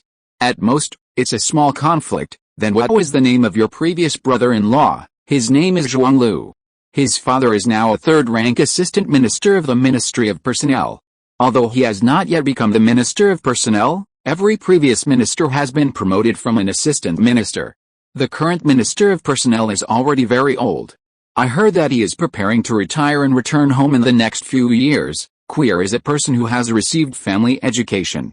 When he said this, his face sank slightly. If he really wants to take action against our Kui family, no one can resist in our current situation. The entire Kui family was exiled, and his father and uncle were even beheaded. He exhaled deeply, with an unspeakable fatigue in his eyes. Chapter 209 Pregnancy. Speaking of her family, Kui Shishi couldn't help but feel depressed, and the smile she had forced out disappeared. Lu Yunxi and Shen San looked at each other, not knowing what to say for a moment. Originally, they were planning to send Kui Shishi to her family and leave. Now Kui Shishi also ran into Kui Leor, but Kui Leor was not reliable at all. If these two people were really allowed to walk on their own in this wilderness, there would probably be only their bodies left in a short while. Thinking of this, she couldn't help but sigh secretly. Shen-san was silent and secretly opened the system. Kui Shishi's task was a serial task. Serial tasks are linked together. Only by completing them until the last goal can you get enough rewards. If you stop doing them in the middle, although there will be no punishment, the rewards in the middle are much different from the final rewards. For example, if you complete the final task, you will get an orange weapon as a reward, but if you complete half of the task, you can only get a few copper coins or something like that. After fighting with a group of black-clad men before, he got a lot of good things in his hands. It is conceivable that the final task reward of this serial task is not bad, but, never mind, at most he will go with a master to find the treasure first, and then come back to do the task. He glanced at the task description above and suggested, "Master, how about we go to Bizhan first? After all, most of the Kui family are there, go to Bizhan." Okay, Yunxi was a little confused at first, and thought of Shen-san's player panel, and couldn't help but pause. He said that, it must be the task panel prompt. She nodded and asked the Kui brothers and sisters around her. Hearing that their family was in Bizhan, the two naturally agreed. "Are you sure it's this direction?" Shen-san looked at the pile of yellow boulders in front of him, standing in strange shapes, and hesitated. The stones in this place are like trees in the woods, countless. At first, they were still walking in the direction Kui said, but as they walked, they felt that this road was wrong, and later they saw stones of the same appearance. Kui scratched his head and began to doubt himself. After all, he had only heard of the location of Bizhan, but he had never been there himself. "How about we ask someone else?" Kui Shishi was a little embarrassed when she saw that he was unreliable. "No, if you want to enter Bizhan, you can only find a local in Bizhan to lead the way, otherwise people around don't know where it is." Kui immediately shook his head. "I got this information from an old man who came out of Bizhan to work. Now think about it, he was really lucky at that time. Although Bizhan belongs to Wuzhou, it is located in the middle of the stone forest. The stone forest is like a maze. No one can recognize the road. If there is no other way, no one would want to go there." Yunxi looked at these stones and finally got a little annoyed. "You sit down and rest for a while, I'll find the way." After saying that, she ran away in 3 or 2 steps before they could react. With the help of Qinguang, she flew in the sky and observed, and soon found Bizhan. She quickly took everyone there. As soon as they arrived at Bizhan, a gust of wind blew, and sand flew everywhere. The Kui brothers and sisters subconsciously closed their eyes. "Oh my god! There are so many stones blocking the way. Why is there such a strong wind and sand?" Ugh! Kui vomited for a long time before spitting out the sand. The remaining few people quickly pulled up their collars to cover their faces. "Huh? Who are you?" a voice came faintly through the wind. Everyone looked up and looked in the direction of the voice. In a room not far away, a person's face was printed on the window, with eyes wide open, staring at them closely. "We are here to look for someone, please help us." Kui Shishi covered her mouth and shouted hard. After shouting several times, the people inside finally heard what they said and opened the door to let them in. The 4 people squeezed in at an unprecedented speed, and then quickly closed the door, and then turned around to thank the person who opened the door. Who would have thought? Second sister.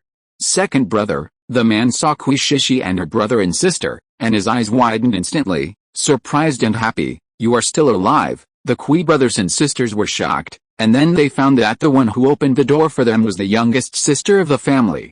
The 3 of them burst into tears and hugged each other. "Miss Lu, Mr. Chen, thank you for saving these 2 children." Mrs. Kui forced her body and smiled. "If it weren't for your care, they would definitely not be able to find this place." Yunxi smiled. "It's just a little effort, no need to mention it." "Yes.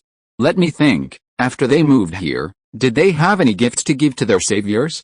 However, after racking her brains for a long time, Mrs. Kui couldn't think of anything.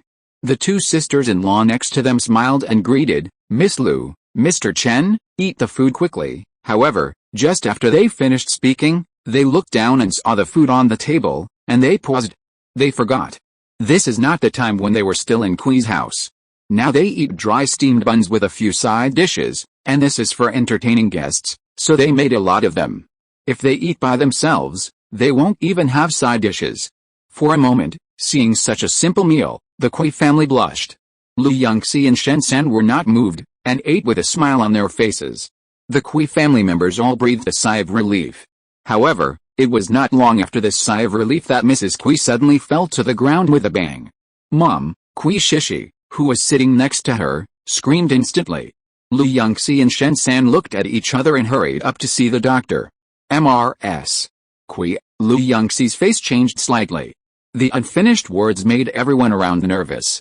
She's pregnant, what? Everyone in the Kui family was shocked at first, and then overjoyed. After they were exiled, there has been no good news. Although it is rare for Mrs. Kui to give birth at this age, there is good news, which can also comfort them. Don't be happy too soon. She has suffered too many blows recently. In addition, she has become very weak after a long journey. If you want her to live a long life, it is better not to have this child. The Kui family was stunned, and then Kui Shishi said without hesitation, please, Miss Lu, can you abort this child?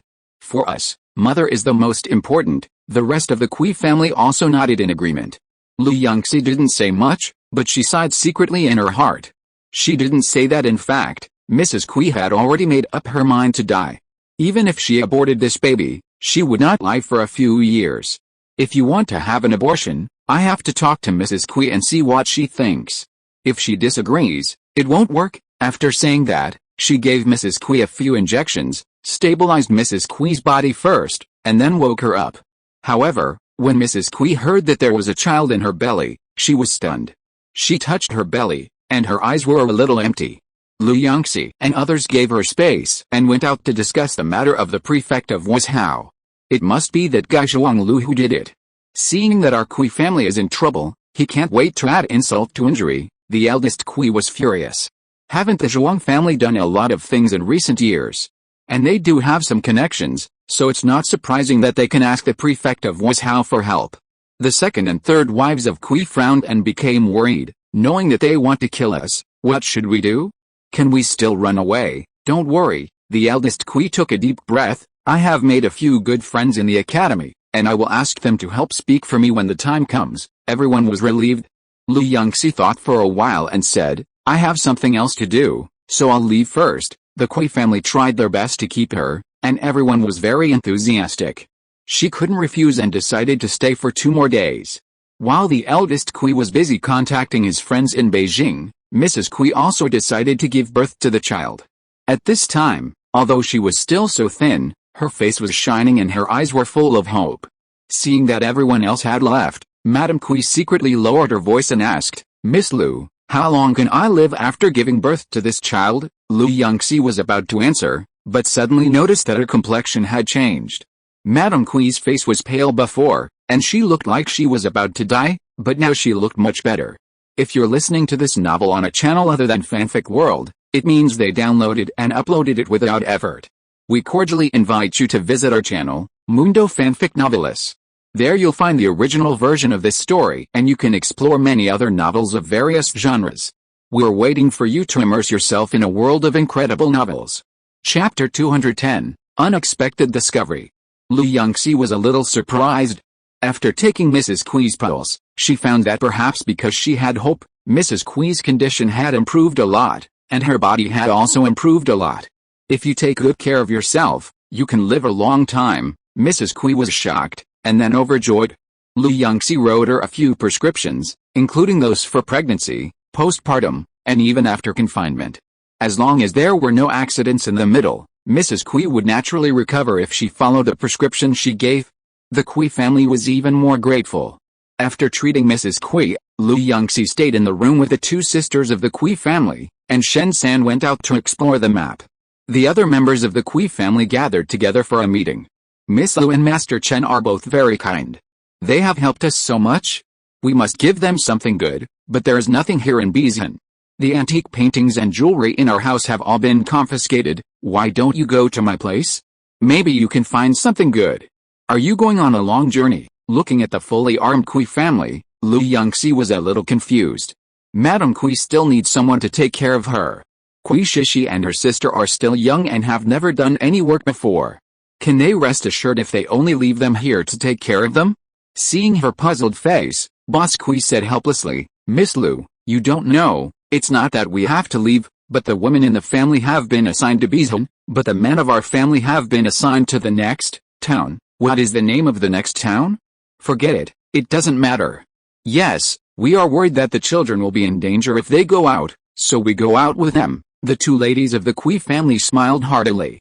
Lu Yunxi twitched her eyes, but it would be more dangerous to leave Madame Kui and the two girls of the Kui family here alone, right? The Kui family paused. Obviously they hadn't thought of this. For a moment, everyone was quiet and looked at each other. Finally, everyone discussed it again and decided to let the Kui family's younger generations go by themselves, and the others would stay. Because in this stone forest with a lot of sand, the most feared thing is getting lost, but there is no need to worry about any large wild animals or something like that. What is this? Lu Yunxi looked at the large stack of papers in her hand, a little confused. Miss Lu, Mr. Shen, this is a gift for you, to thank you for your help during this period of time. It's not a good thing. The Kui family stuffed the paper into her hands enthusiastically. Lu Yunxi looked down at the various secret recipes on the paper, most of which were recipes, and even included recipes for brewing soy sauce. This thing is already very valuable. If the Kui family sold it, why would they still live in this narrow and dark little house? I can't take it. You can take it to a big city and sell it, so, she persuaded in a low voice. However, before she could finish her words, she was interrupted by the Kui family. Miss Lu, even if we sell it, we can only sell it to Wuzhou. If it is farther away, it will take more than 2 months even if we take a carriage. The government may come to investigate at any time. We can't leave here at all. If we sell it to Wuzhou, the prefect of Wuzhou will soon find out. By then, we may really be targeted. The Kui family nodded in unison and insisted on giving her these recipes. Lu Yunxi couldn't resist and accepted them. That day, she began to study these secret recipes. While she was busy studying, the Kui family and Shenzhen also changed their appearance and went to Wuzhou City. At night, the door of the Kui family was slammed, and the women who stayed at home were scared and huddled together. Seeing this, Lu Yunxi was about to open the door. The girls of the Kui family were so scared that they hugged her tightly. Miss Lu, don't open it. Second brother said that they have to investigate the matter of the prefect of Wuzhou, and it will take at least 7 or 8 days to come back. It's only the second day. Several wives of the Kui family forced calm expressions and tried to comfort everyone, but if you look closely, you can see their trembling fingers. Lu Yunxi was helpless. Don't be afraid, the person who can meet me has not been born yet. After saying that, she easily broke free from the hands of the two and came to the door. Surprisingly, when she opened the door, she saw Shenzhen and the others. What's going on? Why is it so early? Before she finished speaking, she saw Kui lying on the dragon. Blood flowed down, across the blue dragon's body, and fell to the ground. Lu Yunxi's face sank, and she quickly stepped forward to perform a blood recovery spell to control his condition. Shenzhen breathed a sigh of relief, sent the dragon back to the pet space, and then moved the people into the house with Kui Laodao. It was too dark, and the people in the room couldn't see the situation clearly until they lit a candle, and then they saw the bloodstains on the ground at the door. Hiss. God! What's going on? Cover up the bloodstains quickly, Lu Yunxi instructed Shenzhen and began to diagnose his pulse. Fortunately, Kui's injuries were all external injuries, and she had just used the blood recovery technique to completely heal them. She withdrew her hand, a little confused. Shenzhen's disguise was very good, even she couldn't recognize him. How could they be injured? Thank you, Miss Lu. Kui Laodao thanked him first, and then frowned. Today we wanted to sneak into the prefect's house to take a look, but we ran into a group of people in black. Thanks to Mr. Shin who arrived in time to save us. You are going to piss me off to death. The ladies of the Kui family were so scared that their faces turned pale. They couldn't sit steadily and fell to the ground. Lu Yunxi supported the pregnant Mrs. Kui in time to avoid 2 deaths. The eldest brother of the Kui family was immersed in his own thoughts. He was unaware of the expressions of his mother and aunts. His face was sullen. That prefect of Wuzhou. He is not a prefect at all. Everyone in the Kui family looked at each other, a little confused. What does it mean that he is not the prefect of Wuzhou? But when everyone asked the eldest brother of the Kui family, he kept frowning, as if he was immersed in his own thoughts and could not be awakened. Kui had just been injured and had fallen asleep at this time. Everyone didn't want to wake him up. Fortunately, Shenzhen came back not long after. You mean the prefect of Wuzhou? Shenzhen raised his eyebrows. I don't know either. We asked about the prefect's name, hometown, and some past events. It seems that Kui knows him. But when he saw the face of the prefect of Wuzhou, Quida was shocked and kept saying it was impossible. Then you saw it. After hearing this, the others hadn't reacted yet, but Lu Yunxi had already understood. Are you saying that the prefect of Wuzhou is not the real person, but someone else replaced him? Replacement. As soon as these words came out, Quida, who was confused, finally woke up. His eyes lit up. Yes, it's a replacement. I basically know everyone in the academy. The prefect of Wuzhou is obviously in the same academy as me, and even in the next class. I have seen him many times. But this prefect of Wuzhou obviously has the same name, age, and academy, but the person doesn't match. Thinking of this, Quida was a little surprised. I don't know where the real Liu Yi went. Liu Yi, it's the prefect of Wuzhou. For a moment, everyone looked at each other. No one expected that such a thing would happen. The prefect of Wuzhou seems to be targeting your Kui family. Since he is not the real prefect, you can draw a portrait and report it to the people in charge in the capital. If this fake prefect is removed and replaced by a new one, maybe your situation will be better, Lu Yunxi said with an idea. The Kui family looked at each other and were ready to make a move. No, Zhuang Lu's father is already the minister of personnel. If he sends someone, he might be worse than this person. Quida shook his head immediately. But in the end, Quida still wrote a letter, attached the appearance of the prefect of Wuzhou, and reported the fake prefect.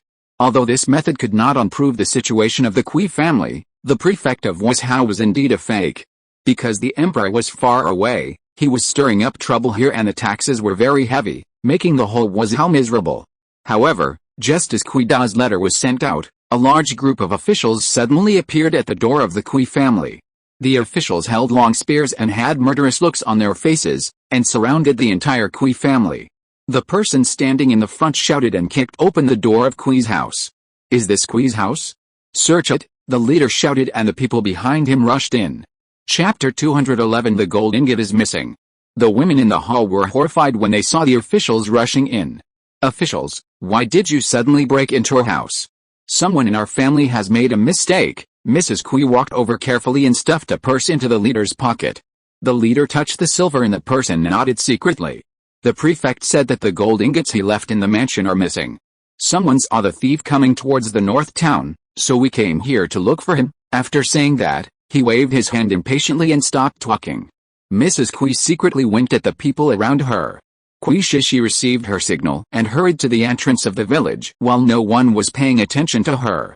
A few days ago, Mr. Shen became interested in the town next door, so he went there with his brothers and younger brothers.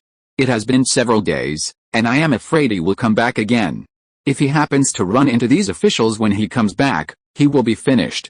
Except for going to Wuzhou for business, these exiled people can't run around in the first year. If they are caught, they will be sent to prison. She stood at the entrance of the village and waited for a long time, but she didn't see the figures of her brothers. Maybe they won't come back so soon. Kui Shishi was relieved, but she didn't know that the Kui family was in chaos at this time. Take them all away. No, sir. Listen to me, we really didn't steal. We don't know how this thing appeared here. The third wife of the Kui family was so anxious that her mouth was about to blister, and the tears in her eyes rolled, but she didn't dare to let them fall. However, she didn't realize that she was the only one who was anxious about this matter, while the other Kui family members remained silent, with either mockery or indifference in their eyes. Sir, the third wife of Kui couldn't help crying, but turned her head and saw the strange behavior of her family members, and she couldn't help but pause. Mother, what's wrong with you? Talk quickly. Where are the gold ingots on us? She didn't understand why everyone was silent, and she stamped her feet in anger. Lu Yunxi was secretly helpless. Except for the youngest Kui family's third wife, perhaps everyone had guessed what gold ingots were. If the Kui family had gold ingots, would they still live like this? Most likely, they were brought in by an official, with the purpose of making things difficult for them. Seeing that the officials wanted to arrest them without any hesitation, Mrs. Kui took a deep breath and went forward to negotiate with the leader. Sir, this girl is just passing by. She just came in to rest her feet and drink a bowl of water. She has nothing to do with our Kui family. Please make some concessions. As she spoke, Mrs. Kui pointed in the direction of Lu Yunxi. Unfortunately, although the official had just taken the Kui family's purse, he had no intention of letting them go. He snorted coldly, Madam Kui, whether this girl has anything to do with you or not, you should tell the master. I am just following orders. After saying that, He turned his face away impatiently and shouted at his subordinates, "What are you still standing there for? Don't let any of them go." As soon as these words came out, the officers who had been slowing down their movements immediately shuddered and quickly tied up all the people in Kui's family. After tying them up, the officers stood quietly in place, waiting for the leader's instructions. The leader of the officers waited for a while, and seeing that everyone was standing quietly in place, he couldn't help but frown. "What are you standing there for? Don't you see that there are only women here? Where are the men? Why don't you catch them quickly?" The officers were stunned, and then they said one after another, "Master, we have searched the yard, and there are only these few people here, no one else." "What? Then why don't you go outside and look for them quickly? If they are not here, they must have gone out." A bunch of idiots. The veins on the forehead of the leader of the officers jumped, and he was so angry that his heart was surging. The officers responded and rushed out in a hurry.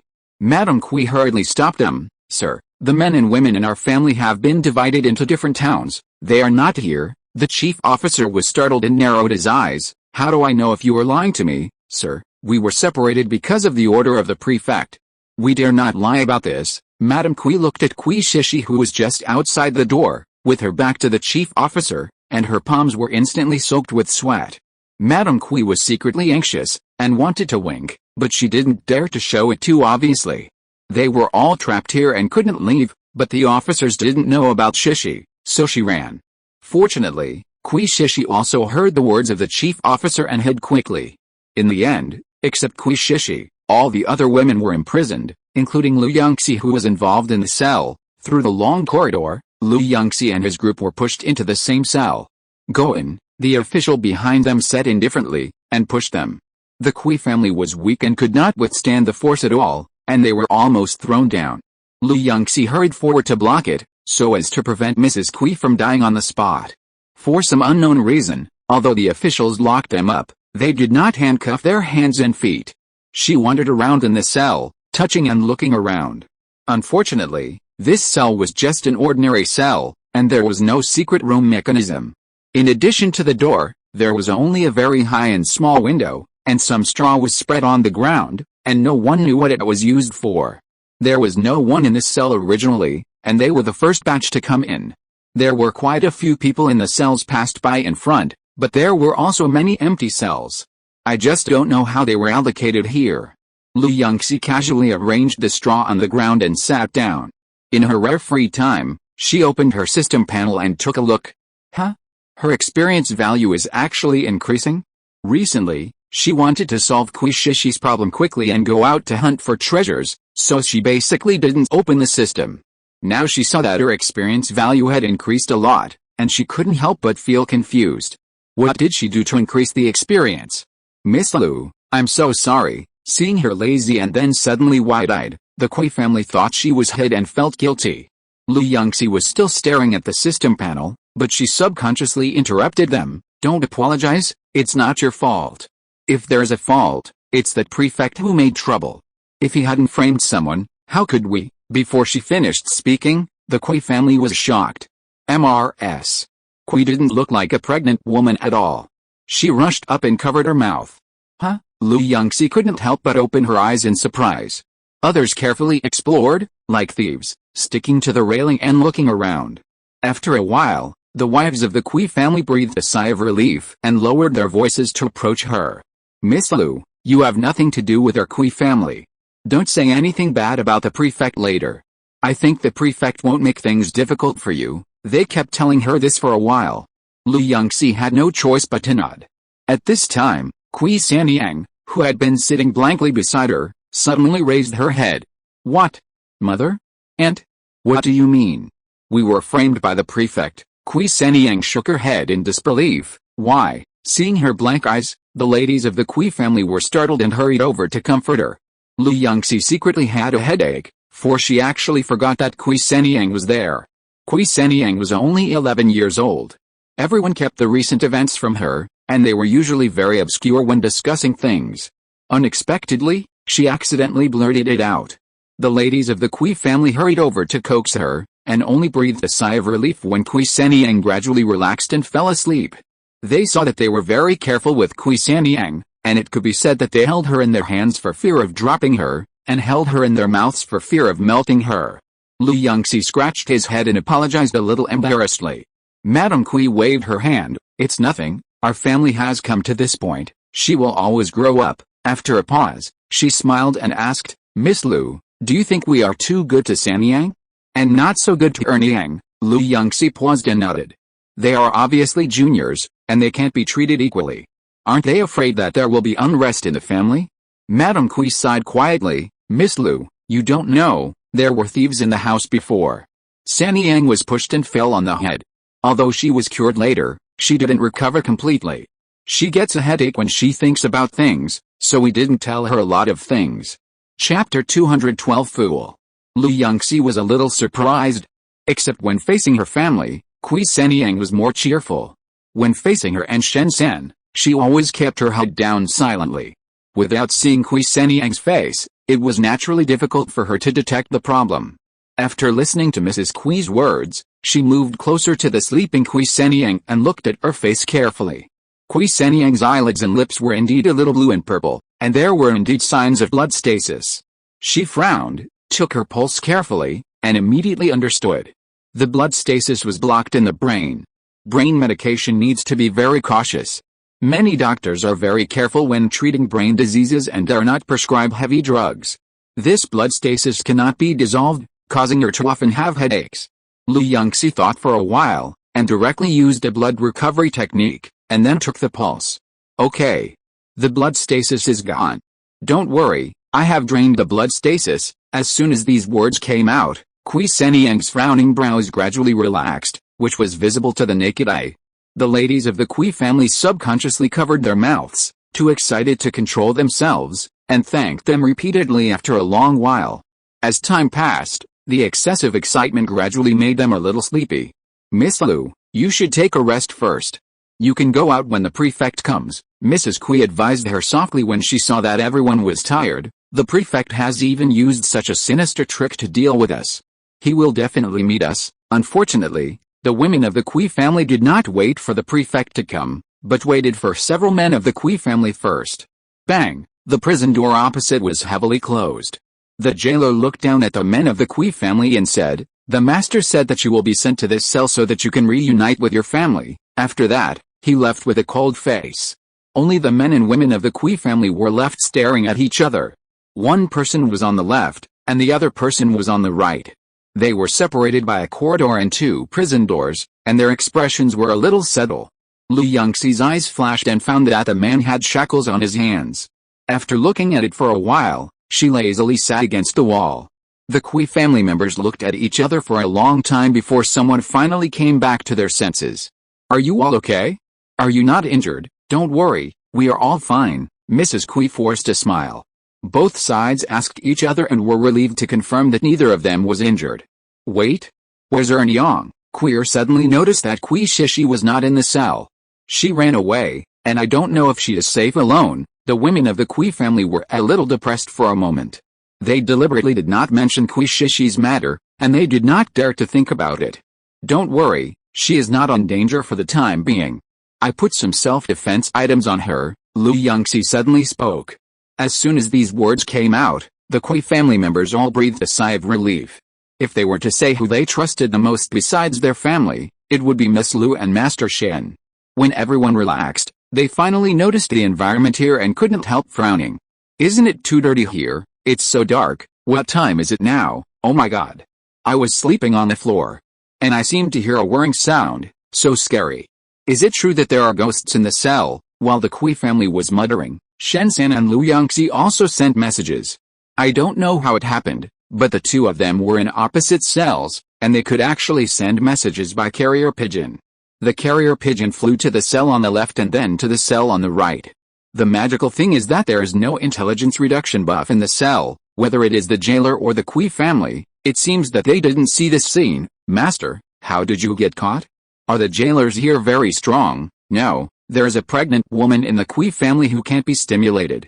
Why didn't you beat her out? I went out to find food, and when I came back, everyone in the Kui family was knocked unconscious, and I don't have your skill that can protect people. Master, are you in a hurry to find the treasure? When are you going to beat her out? Can you wait until I'm full first? No hurry with her intelligence. It is not difficult to find treasures, but it is more difficult to upgrade. Since you can gain experience here, just wait a little longer. The master and the apprentice looked at each other, stopped communicating, and rested separately. The warm time is short. Not long after Yunxi fell asleep, a jailer suddenly came over. The prefect wants you to go over. After that, he opened a prison door and took all the women of the Kui family out. When the men of the Kui family saw this scene, their faces changed slightly, and they rushed to the prison door. Sir, we are also members of the Kui family, please take us over too. Yes, yes, what can these women know? The jailer knocked on the prison door impatiently. Shut up. What are you arguing about? The Lord said that as long as these women go over.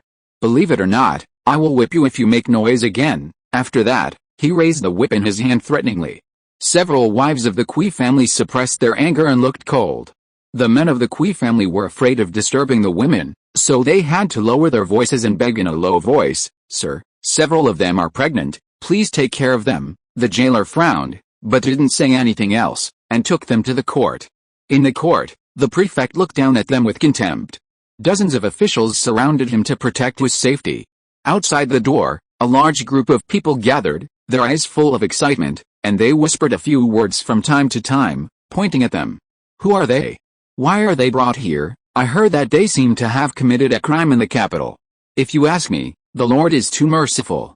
They are obviously criminals, so they should be beheaded directly, but they are still allowed to live. One of the rat-faced people snorted disdainfully. Now the towns like Beeshan are all these criminal dens.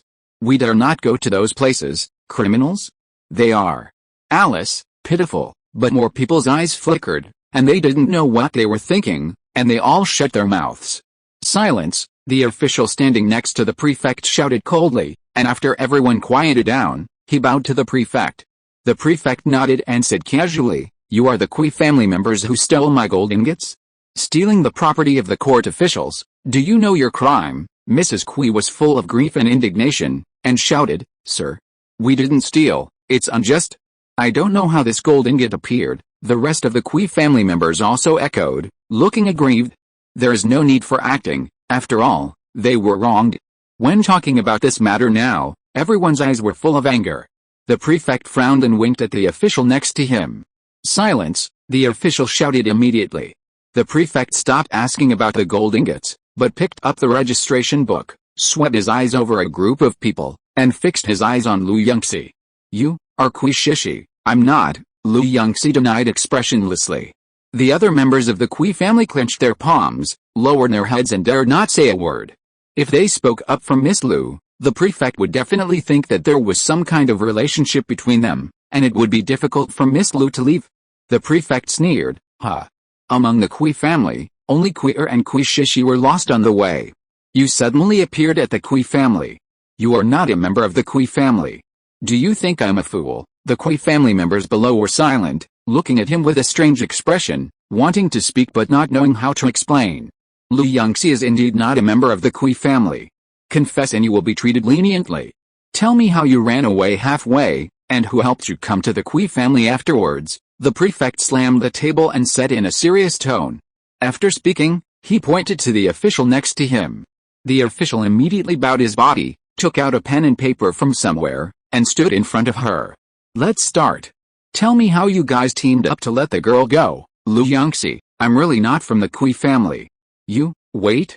I still have my household registration. She thought for a moment, took out her household registration that she had placed in the corner of the space, and handed it to the official to read. I don't believe in Kui at all. My last name is Lu. The official looked at the household registration and couldn't help but frown. He handed the book to the prefect to read. The prefect glanced at it casually and waved his hand indifferently. What a joke. It's just a fake household registration. It's probably obtained from some dark street or alley. Do you believe it? Chapter 213 Reflection. Yunxi twitched her eyes and was speechless. The prefect's household registration is fake, and her household registration can't be fake. Really, telling lies with open eyes. Seeing that the prefect was dissatisfied, the official looked even uglier. He picked up the household registration and threw it to the ground fiercely. Don't think about delaying time, no one will come to save you. If you don't explain clearly, Don't blame us for being rude, he scolded with a threatening look. Yunxi ignored him at all and quickly put away her household registration, just in case she needed it someday. Unexpectedly, her performance of ignoring the prefect and the official made them even angrier. The prefect slammed the table fiercely and shouted, "Idiot! Since she refuses to say, punish her. Beat her until she is willing to say." She had just put away the household registration, and turned around to see a large group of officials surrounding her. The Kui family clenched their fists so tightly that they almost pinched them to bleed, but they didn't know what to do. Yunxi was very calm and secretly opened a protective shield. Some time ago, her protective shield suddenly upgraded to the master level. Not only could others not see the protective shield, but it could also change its shape at will. However, changing the shape was too troublesome, so she was used to opening the spherical shape. With a slight movement of her fingertips, several protective shields were released at the same time, covering the Kui family and herself. The protective shields turned into human shapes, sticking to everyone's skin. Almost the next second after the protective shield was put in place, she was lifted up by two officials and pressed on a long bench. The thick and long wooden stick hit her hard, making a muffled sound. The onlookers turned their faces away, unable to bear to watch. Bang, bang, the whole space was quiet, leaving only the sound of the wooden stick hitting her body. Although the people turned their faces away, the prefect and the officials stared at her face and naturally found something wrong. Yunxi's current appearance did not look like she was beaten. Not only was she not in any pain, but her face was also relaxed and comfortable. If there were some melon seeds, she might have started to crack them on the spot. What's going on? Use more force. Haven't you eaten? The prefect became more and more angry. He slapped the table and yelled at the two executioners below. The two executioners felt that they were innocent. This was a job they were used to. They didn't know what was wrong with this girl. Wasn't she afraid of pain at all? They had been beating her for so long, and she wasn't tired, but they were all tired. Seeing Yunxi's appearance, the people of the Kui family gradually relaxed and had some guesses in their hearts. Maybe Miss Lu did something that she didn't feel pain? Everyone had different thoughts, but the prefect couldn't bear it anymore. He slapped the table and stood up, angrily came to Yunxi, pushed one of the executioners away with one hand, and snatched the stick from the man's hand with the other hand. The executioner was already tired and sweating, and his spirit was a little distracted. He didn't pay attention to what was happening around him. At this moment, he felt that someone wanted to snatch the stick from his hand, and subconsciously clenched it. Get out. Useless waste. The prefect pulled for a long time but couldn't get the stick, and he was furious. The distracted officer then noticed the arrival of the prefect, and was so scared that he quickly let go of his hand. Sir, I'm sorry. I didn't mean it. Before he finished speaking, his throat seemed to be stuck, and he took a breath and took 2 steps back. Sir? Are you okay? The executioner wanted to cry but had no tears. He let go of the stick and gave it to the Lord, but the Lord actually used too much force and didn't retract his strength. He took a few steps back with the stick and fell on his butt. According to the Lord's temper, he must hate him to death for losing face like this. The onlookers saw this scene and tried to hold back their laughter, but their acting skills were not good, and their shoulders were shaking. The prefect's face turned red, and he shouted to the outside, "Let's see who dares to laugh." As soon as these words came out, everyone lowered their heads, not daring to let others find out that they were laughing. The prefect was angry, turned his head and looked at Yunxi coldly, grabbed the stick and hit him hard. Who knew that after only 2 or 3 hits, the wooden stick broke due to excessive force? The people around were completely out of laughter, and looked at this scene with pale faces. Seeing the fear in everyone's eyes, the prefect looked up and laughed twice. He threw the remaining half of the wooden stick in his hand and ordered the official beside him, "Go, bring it over." When the Kui family heard this, their faces changed drastically. Yunxi was a little puzzled. Torture? What is torture? Not long after, the official hurried back with a strange thing. She was pressed to the ground by several officials, and a strange thing was put on her hand, and then they exerted force hard. Yunxi? Do you want to wipe your sweat? It can be seen that the official who exerted force on her hand has tried his best. When exerting force, not only his face is hideous, but also sweating profusely. It seems that this job is quite hard. She thought secretly. The official looked at her expression, but his face was full of disbelief. Are you a monster? Don't you feel any pain? The prefect looked at her in disbelief, and he was a little crazy, turning around in front of her. He looked at her for a while, rolled up his sleeves, and pushed away several officials who were trying hard. Get out of the way, let me do it. I don't believe that she doesn't feel pain when I pinch her finger myself. Yunxi looked at him pressing hard on the thing in his hand, and suddenly realized. It turned out that they wanted to pinch her finger. She was speechless. If she had known that they were only capable of this, she would not have put up a protective shield for herself. Even if her finger was really pinched, she would not feel uncomfortable at all for the strength of these level 10 rookies. She didn't pay attention to the situation around her, and was in a daze silently. Suddenly, her nose itched. Sneeze. She rubbed her nose and blinked out a few tears. When she looked up, she saw everyone looking at her in disbelief. She blinked her eyes, a little puzzled. What's wrong? Why are you all looking at me? Everyone looked at her, and then at the prefect on the floor, with a strange expression. Yunxi followed the side of the crowd and noticed that the prefect was lying on the ground with blood all over his face. And he looked unconscious. She gasped in fear. Is he having an attack? What attack? When you just stretched out your hand, you pushed him to the ground, someone in the crowd said. After hearing this, she couldn't help but twitch her eyes. Forgot. She was already level 94, and her gentle push was like an elephant accidentally pushing a person to a level 10 person. Even if the elephant didn't use force, the person would fall down because he couldn't resist such force. Usually, when the little girl held her, she was distracted, but when she raised her hand, the girls would follow suit or let go. Who knew that the prefect was determined to teach her a lesson, and when she raised her hand, he actually insisted on holding her hand in place. Of course, he couldn't compete with Yunxi's strength. As a result, the person fell and hit his head on the floor. The official who had been following the prefect was scared and pale. With shaking hands, he pointed at Yunxi. You dared to hurt an official appointed by the court. You are finished. The cell door was shut heavily, and the official's expression was very unhappy. You dared to hurt the adults, you will reflect on yourself in prison. After that, he swung his sleeves fiercely and laughed angrily. Shen-san looked at this scene, a little confused. What's the matter? Didn't you say that you can leave the cell after seeing the prefect, Yunxi? It's not my fault, it's all because the prefect is too stubborn. She crossed her arms and shook her head. Isn't it? In fact, when she stretched out her hand to sneeze, the prefect let go of her hand obediently. Wouldn't it be fine? The people in the cell opposite were confused when they heard it.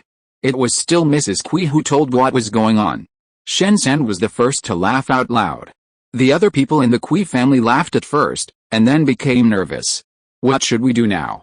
Miss Lu, even if the prefect really finds out that you are not from the Kui family, I am afraid he will not let you go. After all, you have made him lose face so much. The Kui family members were worried, but Master Yunxi and his apprentice were very calm. Don't worry, he can't hurt me anyway. She picked up the straw and started weaving, and the wound on his face may not heal so quickly. Even if he wants to cause trouble for me, he won't have the energy to do so in a short time. Chapter 214, Don't accept the toast and drink the wine. Seeing her indifferent look, the Kui family thought the same and gradually felt relieved. The prison cell was quiet, but in the prefect's house, the prefect who had just woken up was furious. His eyes were full of hatred and viciousness. He waved his hand fiercely and swept all the cups and dishes on the table to the ground. The crisp sound of broken cups echoed throughout the room. The maids who were originally busy with other tasks were startled and knelt down quickly. Sir, calm down, the official secretly complained. Thinking of the master's temper, he wished he could disappear immediately. But he was the master's #1 confidant.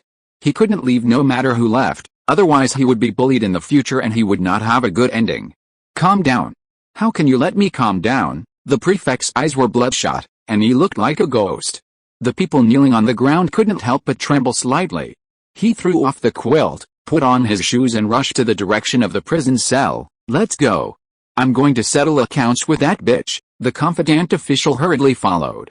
However, although many people in the prefect's house turned a blind eye to the scars on his face, more people were trembling with fear as if they had seen a ghost. Ghost, a guard screamed in fear, closed his eyes and ran back, bumped into the wall and had a big bump on his head, but he didn't care and climbed up and ran away. The prefect laughed angrily. Why? Do I look so much like a ghost? The trusted official silently glanced at the prefect's face and didn't dare to say anything more. Not to mention them, even he, who was used to the tragic scenes of interrogation, didn't dare to look at the prefect's face. The prefect's wound was mainly on the forehead, with only a little scratch on the cheek. When they were moved back to the house just now, the doctor in the house came to see him. At that time, the maid was about to clean the wound for the master, but the doctor quickly stopped her, saying that the wound could not be cleaned with water, and the bleeding was too severe, so the bleeding had to be stopped first. The bad thing is that the doctor has run out of hemostatic medicine. It will take several hours to make it now. By then, the prefect may have died. They had no choice but to use the old method and asked someone to get some wood ash and apply it on the prefect's forehead. After the doctor finally made the ointment, the prefect's fingers moved and it looked like he was about to wake up. They were afraid of being scolded, so they got anxious all of a sudden and didn't bother to spread the wood ash, and directly applied the black and green ointment. The prefect's entire forehead is now black and green with some ash. It looks like he fell into a coal pile and then accidentally fell into a manure pit. No wonder so many people feel scared when they see it. Coming back to his senses from the memories, he happened to hear the screams of the passing attendants. The trusted official lowered his head. "My lord, they are too ignorant, so they are scared." The prefect snorted coldly, and saw that his trusted official didn't dare to look up at him, and he felt extremely unhappy. Along the way, he has met so many people who screamed and groaned at the sight of his face that he couldn't even count them. He suddenly lost his mind and felt as if a dark cloud was pressing down on his heart.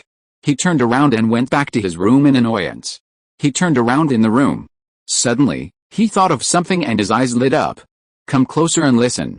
"Did it Shishi embarrass me?" The prefect waved to his confidant and whispered in his ear, "You just do this." The confidant's eyes gradually lit up as he listened to the prefect's idea. In the cell, Yunxi was lying on the ground, watching the forum, and the cell door was suddenly opened.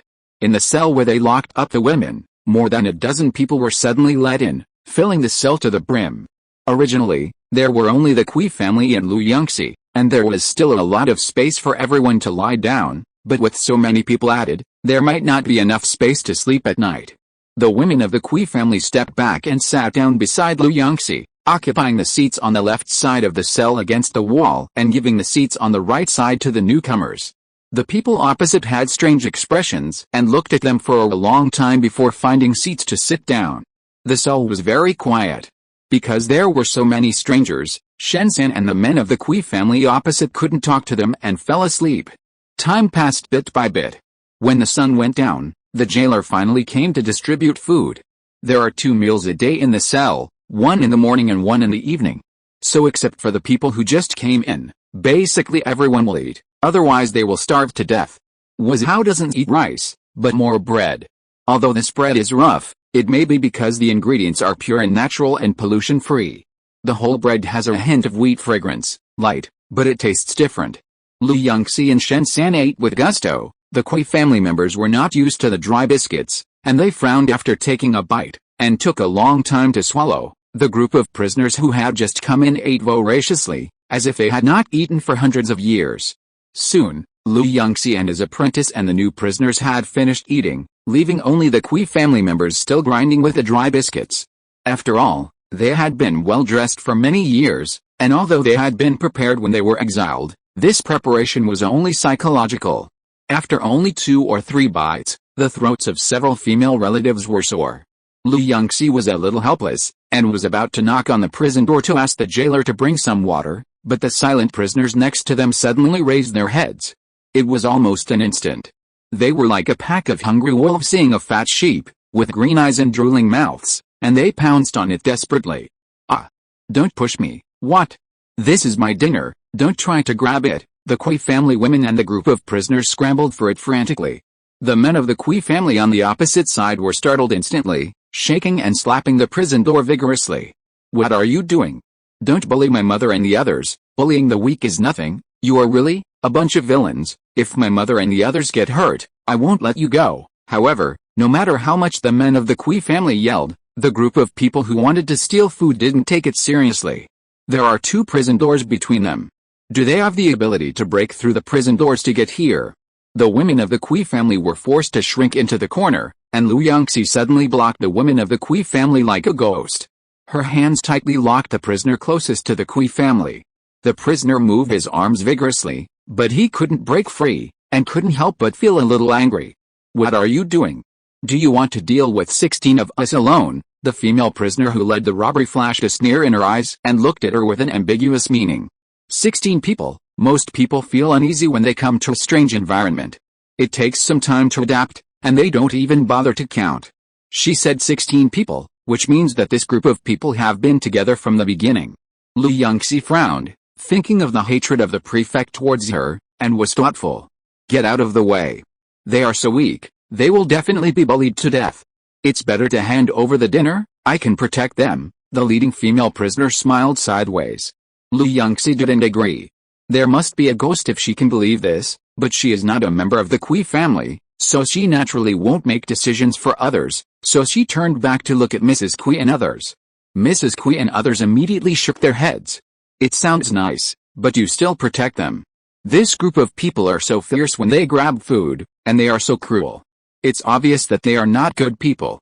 How can they be trusted? If they hand over the dinner today, tomorrow, the day after tomorrow, maybe they will never have food in the future. See? They don't need your protection." Yunxi turned around lazily and blocked the group of female prisoners.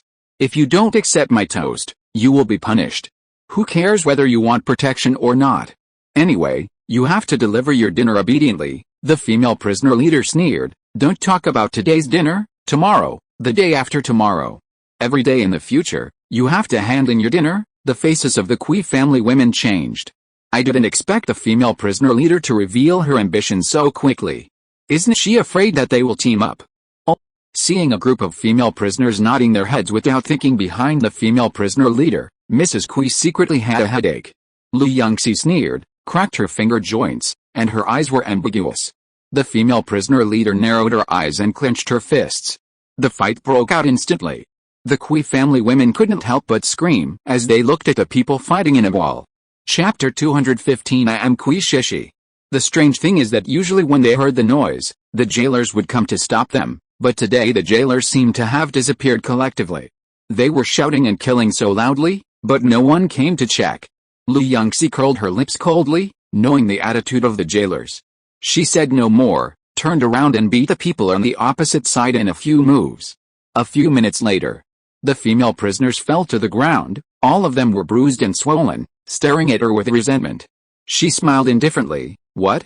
You still want to be beaten?" The female prisoners lowered their heads one after another, not daring to find trouble again. The female prisoner leader felt that she was about to suffocate. She had observed for a while and made sure that this group of people would not fight before she took action. Who knew that this seemingly weak girl was so terrifying? You know, this group of people were always sent to different cells, but they never lost. The female prisoners were unwilling to accept it, but they calmed down afterwards and did not dare to make trouble again. Shen-san sat for a while, and then lay down again as if there were bugs on his buttocks. After lying down for a while, he felt uncomfortable again and stood up to walk around. The Kui family saw this scene and were a little puzzled. Mr. Shen, what's wrong with you? They sat here and couldn't do anything. They felt that they had lost their spirits. Who knew that Mr. Shen could still be so energetic? I'm so bored. I've been sitting here doing nothing. He turned his head and looked around.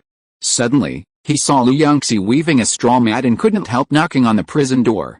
Seeing his appearance, Yunxi thought for a while and took out all the secret recipes given by the Kui family. I've already read these. You can keep them and read them slowly. She gently folded a large stack of recipes and secret recipes, and with a little force on her wrist, they flew over the prison door and fell neatly into Shen-san's hands. He paused and slowly read them. Shen-san calmed down. The Kui family continued to sleep, and Yunxi began to weave straw mats with straw again. In the silence, you could hear a pin drop. The jailer started walking again. Yunxi had never been to other cells, so she didn't know what it was like there. But the jailers here came and went at will. Except for the fixed time for distributing meals, they had no fixed time for patrolling outside, and no fixed staff. At this moment, judging from the sound, 2 jailers probably came. I heard that several people in the prison are going to be taken out and beheaded. Yes, they are in the 2 cells inside, the Kui family, and those women who are always causing trouble. Right, when? Then we will be able to breathe a sigh of relief soon. The whole prison is the most noisy than theirs. It won't be long, probably in a few days, The jailer's footsteps gradually faded away. The Kui family gradually panicked. The head of the female prisoners was furious when she learned that they were from the Kui family, and she turned around in the cell. Yunxi looked at the straw mat that she was weaving halfway, paused for a moment, and continued weaving. The Kui family, who were a little panicked at first, gradually relaxed when they saw her like this. Forget it, life and death are determined by fate. Madame Kui touched the baby in her belly with a complicated expression. The others followed Yunxi, silently picked up the straw, and began to weave things. The female prisoner leader stood up for a while, and suddenly said with a strange look, "You are really not afraid of death. You are about to die, aren't you afraid? What are you afraid of? What is coming will come." For a moment, the whole cell was quiet, with only the sound of rubbing straw. While they were sleeping, chatting, or weaving, the prefect's house was full of broken cups. The trusted official watched the prefect throwing cups like crazy, and was secretly worried. The people of Wuzhou are good at fighting, but not so good at making these cups, bowls, and plates. All these exquisite porcelains are shipped from the capital. The porcelains in the mansion have been almost broken in the past few days, and the only porcelain shop outside has not yet restocked. It's terrible. I'm so angry. What a bunch of rubbish. They transferred so many people to that cell, but they didn't even fight. The prefect was so angry that he blew his beard and glared, and then he didn't know what he was thinking, and turned to ask his confidant, did their tempers suddenly get better? The confidant officer hurriedly replied, of course not. In fact, they fought on the first day, but I listened to your instructions, so I didn't go to see it, but I knew from the sound that it was very serious, and they must have fought. However, when the jailers went there, they saw that the Kui family was fine, but the group of women they deliberately sent in were bruised and swollen. After that, they were quiet in the cell and never fought again. I think it was because the Kui family severely taught them a lesson that made them so obedient. But these words just went around in his mind, and he didn't dare to say a word, for fear that the adults would be even more annoyed. The prefect gradually calmed down and took a sip of water. Tell me, have the people below passed the news to the Kui family? Are they afraid, sir? They are no different from usual. The trusted official secretly stepped back 2 steps. Sure enough, the sound of ping-pong came from above. They are not afraid of death. Good, good. Go and drag all the Kui family members out and send them to the court. Yunxi and the women of the Kui family were suddenly dragged to the court. They were a little confused, but when they looked up, they saw the familiar face of the prefect. Several people looked at each other. Are we going to be beheaded? Kui Shenyang's face turned slightly pale, and she tried her best to calm herself down, but she couldn't control her trembling body. When everyone was immersed in their own thoughts, they suddenly heard a noise behind them, like a vegetable market. Dozens of people grumbled. The prefect also heard the noise and could not help but yelled, "What are you arguing about? What's going on over there?" The confidant immediately went to ask back, "Sir, there is an extra person in the cell where the men of the Kui family are detained. That person also said that he is not a member of the Kui family, but just passing by. Do you think we should let him go?" The prefect laughed disdainfully and waved his hand impatiently. "Idiot. Why let him go? What if he is really a member of the Kui family, but was missed? How does the saying go? It is better to kill 1,000 people by mistake than to let one go. Bring them all up." The confidant nodded and immediately went down to give the order. In the end, except for the 16 people who were later sent to the cell, all the others who were escorted by the officials to stand in the court were present. A large group of onlookers gathered outside. The prefect sat on the top chair, his eyes full of malice. "I have come up with a good idea. You dare to provoke me, don't blame me." After saying that, he laughed loudly, and it took a long time for him to calm down. He squinted at the people below and pondered for a while. "Come on. These women, let's torture them. Let the men of the Kui family watch from the side and see how these women are in pain." The very light voice floated away. Yunxi looked up, glanced at him inconspicuously, and then lowered her eyes, as if she didn't see the officials who surrounded her, and her expression was calm. She moved her fingertips slightly, and dozens of protective shields were released at the same time, sticking to the skin of the Kui family in Shenzhen, protecting them tightly. At this time, the person in charge of the execution also took his tools. The other officials grabbed someone at random and were about to start. The prefect shouted, "Stop! Start with that Kui Shishi first." He pointed at Yunxi with hatred in his eyes. The officers decisively threw the man aside, lifted up Yunxi, and walked outside. Stop! A loud shout suddenly came from outside. Who dares to touch her? Hearing the familiar voice, the Kui family and Lu Yunxi raised their heads and saw Kui Shishi standing at the door, her body trembling slightly, her eyes red, waiting for the prefect. I am Kui Shishi. Why are you embarrassing a stranger? She suddenly said. Her voice was crying, but her face was firm. As soon as these words came out, the onlookers were in an uproar, and they instantly split into two seas of people, leaving a path leading to the court. Kui Shishi trembled slightly, took a deep breath, and walked in calmly. Chapter 216 Crime. In fact, after her family was arrested by the officials, Kui Shishi secretly followed them all the way to Wuzhou. Unfortunately, she didn't dare to get too close, and she was walking while the officials took a car. After a long journey, she finally arrived in Wuzhou. Who knew that when she arrived, she saw the officials embarrass Miss Lu? And the prefect called her name, so they must have mistaken Miss Lu for themselves. Naturally, she couldn't let her benefactor suffer such grievances, so she stood up without hesitation.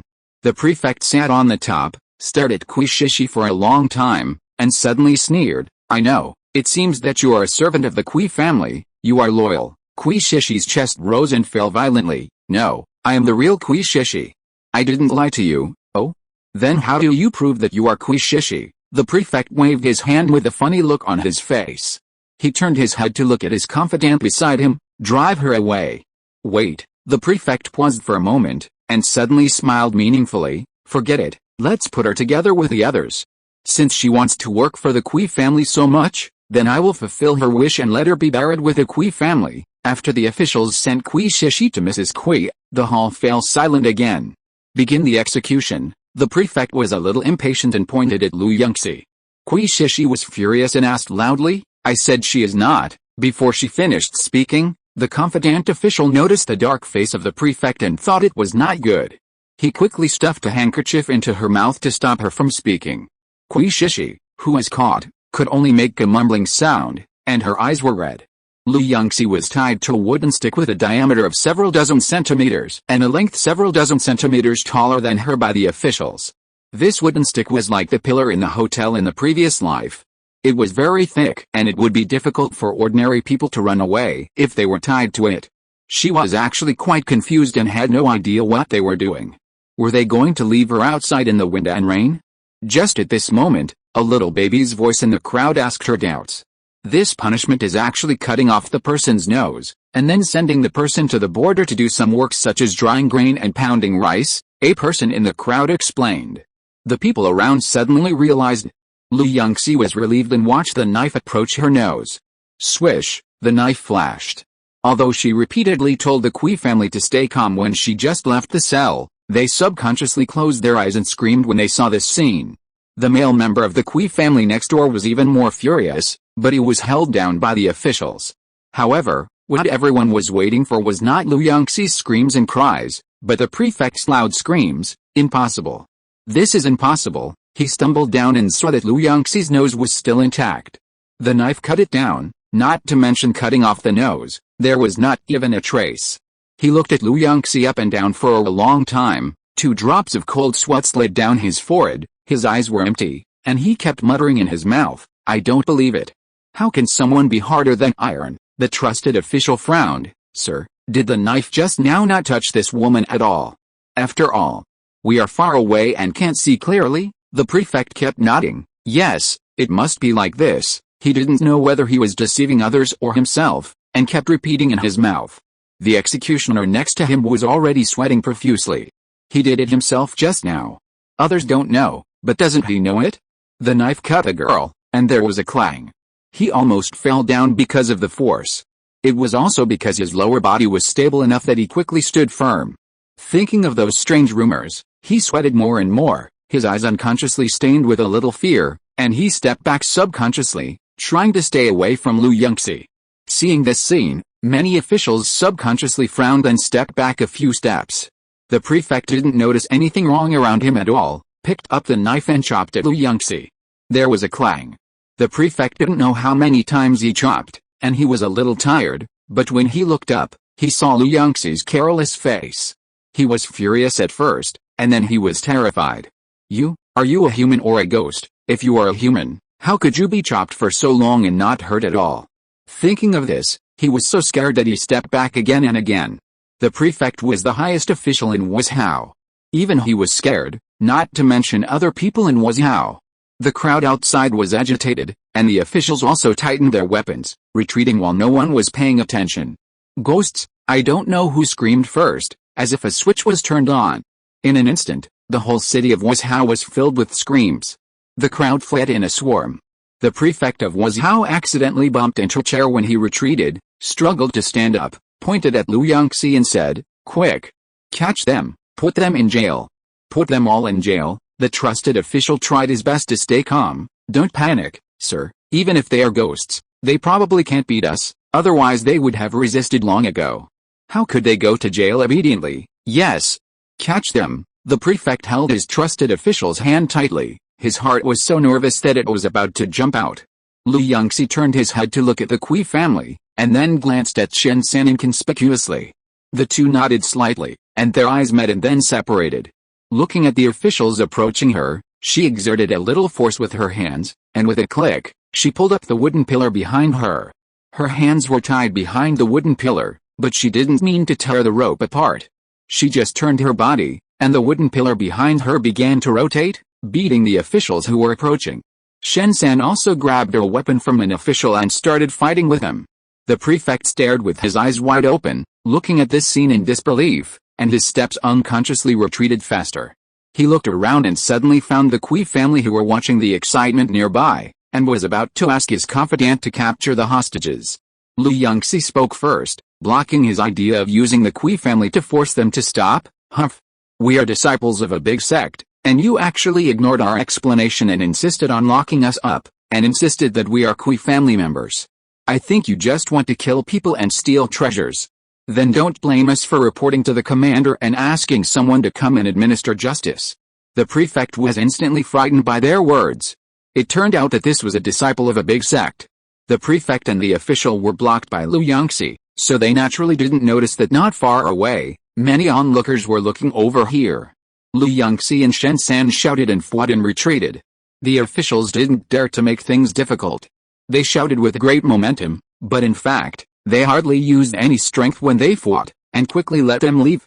Looking at their backs as they left, the trusted official worriedly said, "Sir, what should we do? The sect and the government have always kept their distance. If we really mess with the people of the big sect, I'm afraid that even the emperor may not be able to protect us." The prefect was also very scared in his heart, but he didn't dare to show it on his face. He said stubbornly, "What are you afraid of?" At most, he suddenly saw the Kui family and his group, and his eyes turned. "At most, we can blame the Kui family. Anyway, they are going to die anyway, and it doesn't matter if there is one more crime." On the other side, Yunxi and Shen-san didn't go far. In fact, the two of them left first, which was a strategy formulated with the Kui family. Kui Da's letter should have reached the capital, and someone will be sent over soon. The Kui family will be released by then, but it will not be so easy for Yunxi and his apprentice to leave the prison, so they took this opportunity to get out first. In fact, Kui Da's prediction was just right. Almost the next day after they escaped, the imperial envoy sent by the capital had arrived at the Wuzhou government office. The emperor was furious that the prefect of Wuzhou was replaced by someone else. The officials sent this time were all high-ranking confidants, and they were all very capable. They brought a large group of officers and soldiers and rushed into the government office without saying a word. Because they had a big battle with Yunxi yesterday, the prefect and his officers were so tired that they didn't come to work at all. They were all resting at home, so they didn't know what happened at all and weren't already under control. If you're listening to this novel on a channel other than Fanfic World, it means they downloaded and uploaded it without effort. We cordially invite you to visit our channel, Mundo Fanfic Novelis. There you'll find the original version of this story and you can explore many other novels of various genres. We're waiting for you to immerse yourself in a world of incredible novels. Chapter 217, Not as Good as Lengshu Town. The imperial envoy quickly investigated and found evidence, and reported the matter to the emperor.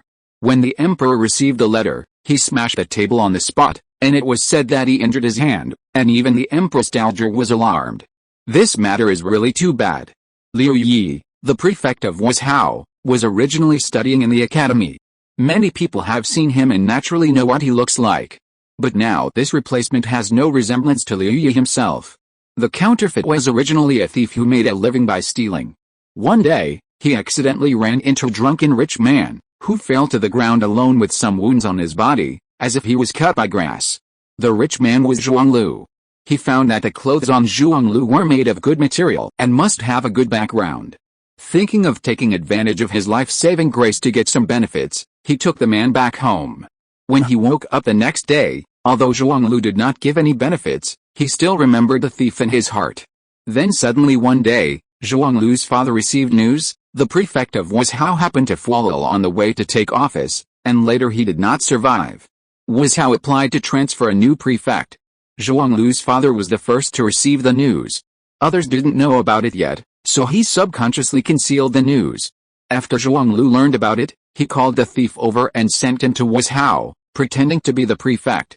In order to facilitate his better control of power, the thief brought not only the people who followed him, but also a group of guards sent by the Zhuang family. From then on, the thief became the local emperor of Wuzhou, stirring up trouble and covering the sky with one hand.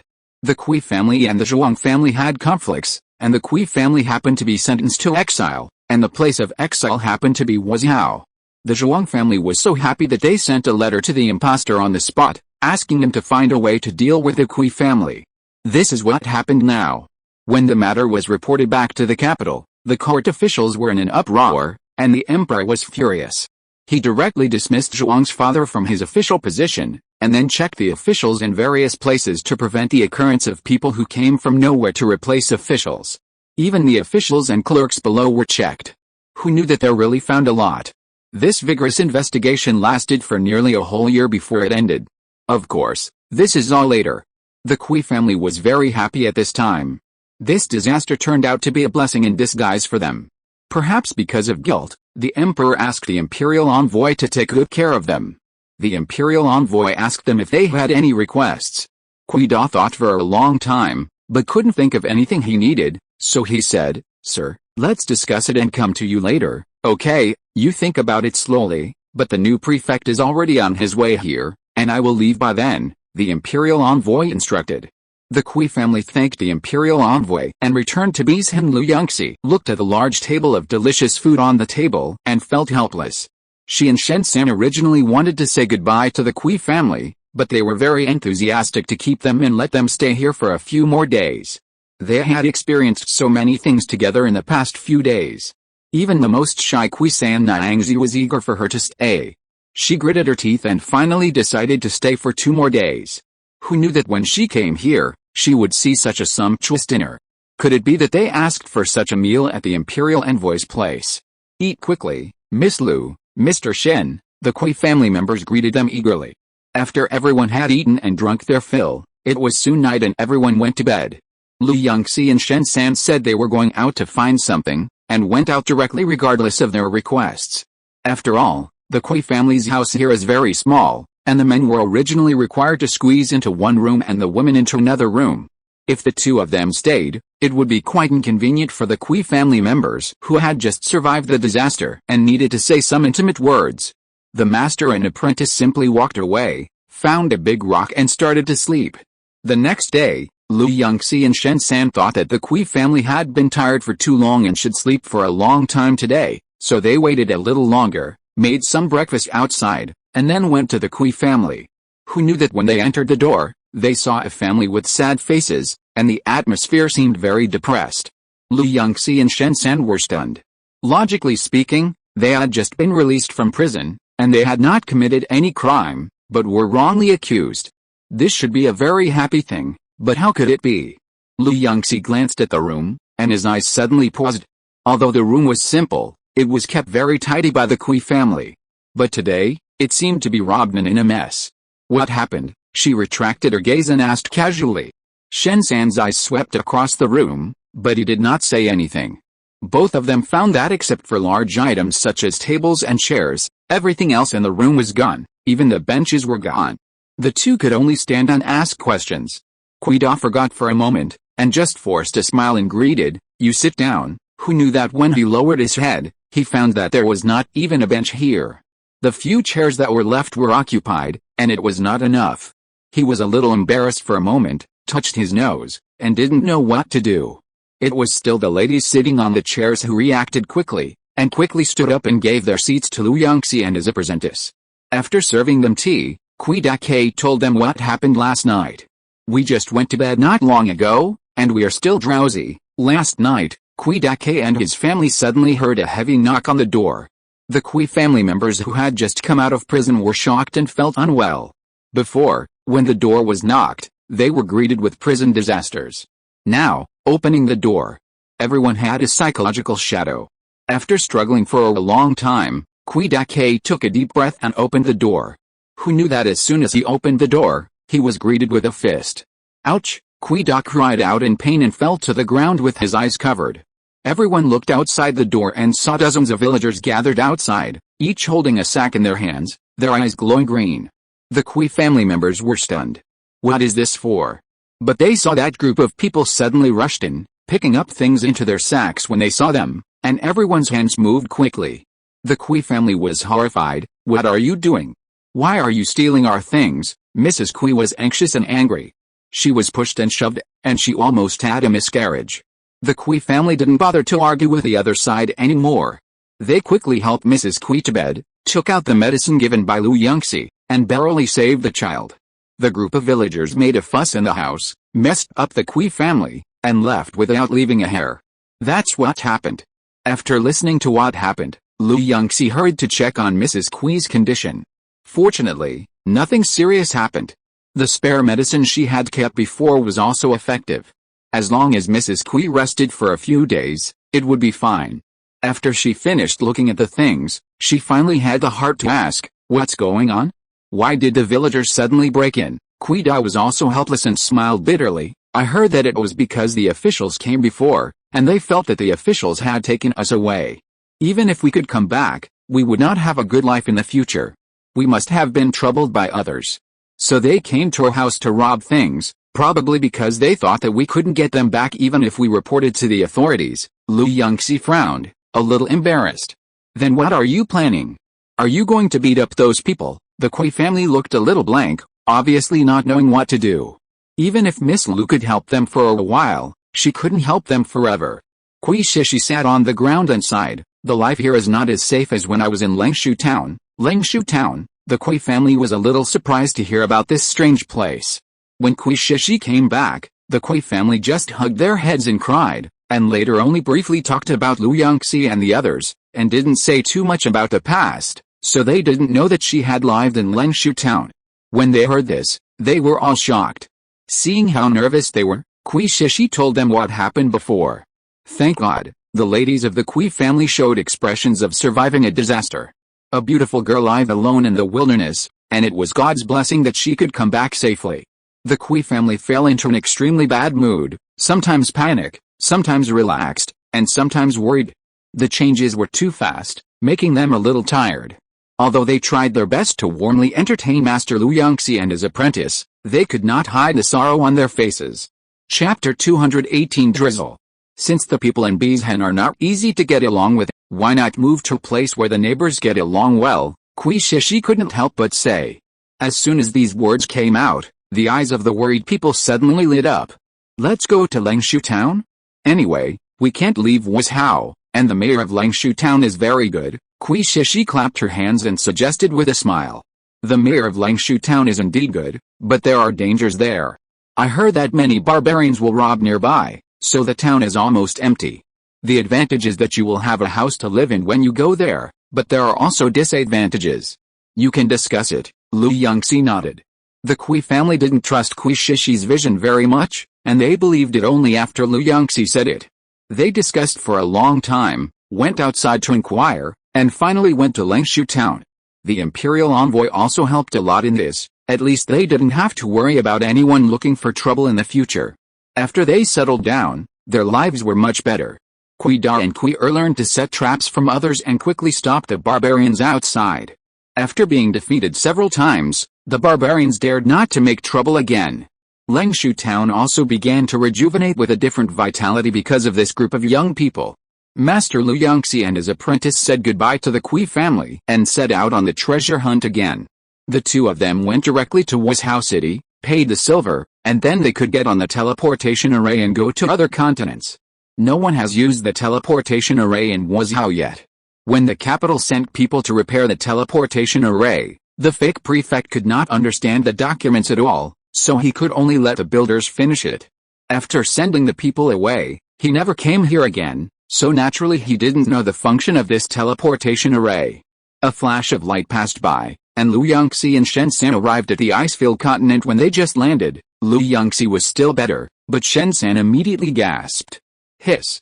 It's so cold. He hugged himself tightly, shrank his neck, and reached into the package with trembling hands, trying to take out a few coats.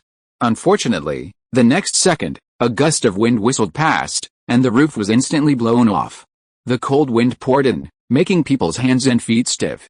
Even Lu Yunxi's hands and feet were stiff, let alone others. She shivered and wrapped herself tightly. Turning her head, she saw that Shen San's whole body had turned into ice, just like what she saw in a comic. Lu Yunxi was startled and threw a detection spell on it. Only then did she find out that it was because the temperature was too low that an ice debuff would appear. She would be frozen and then continue to lose blood until death.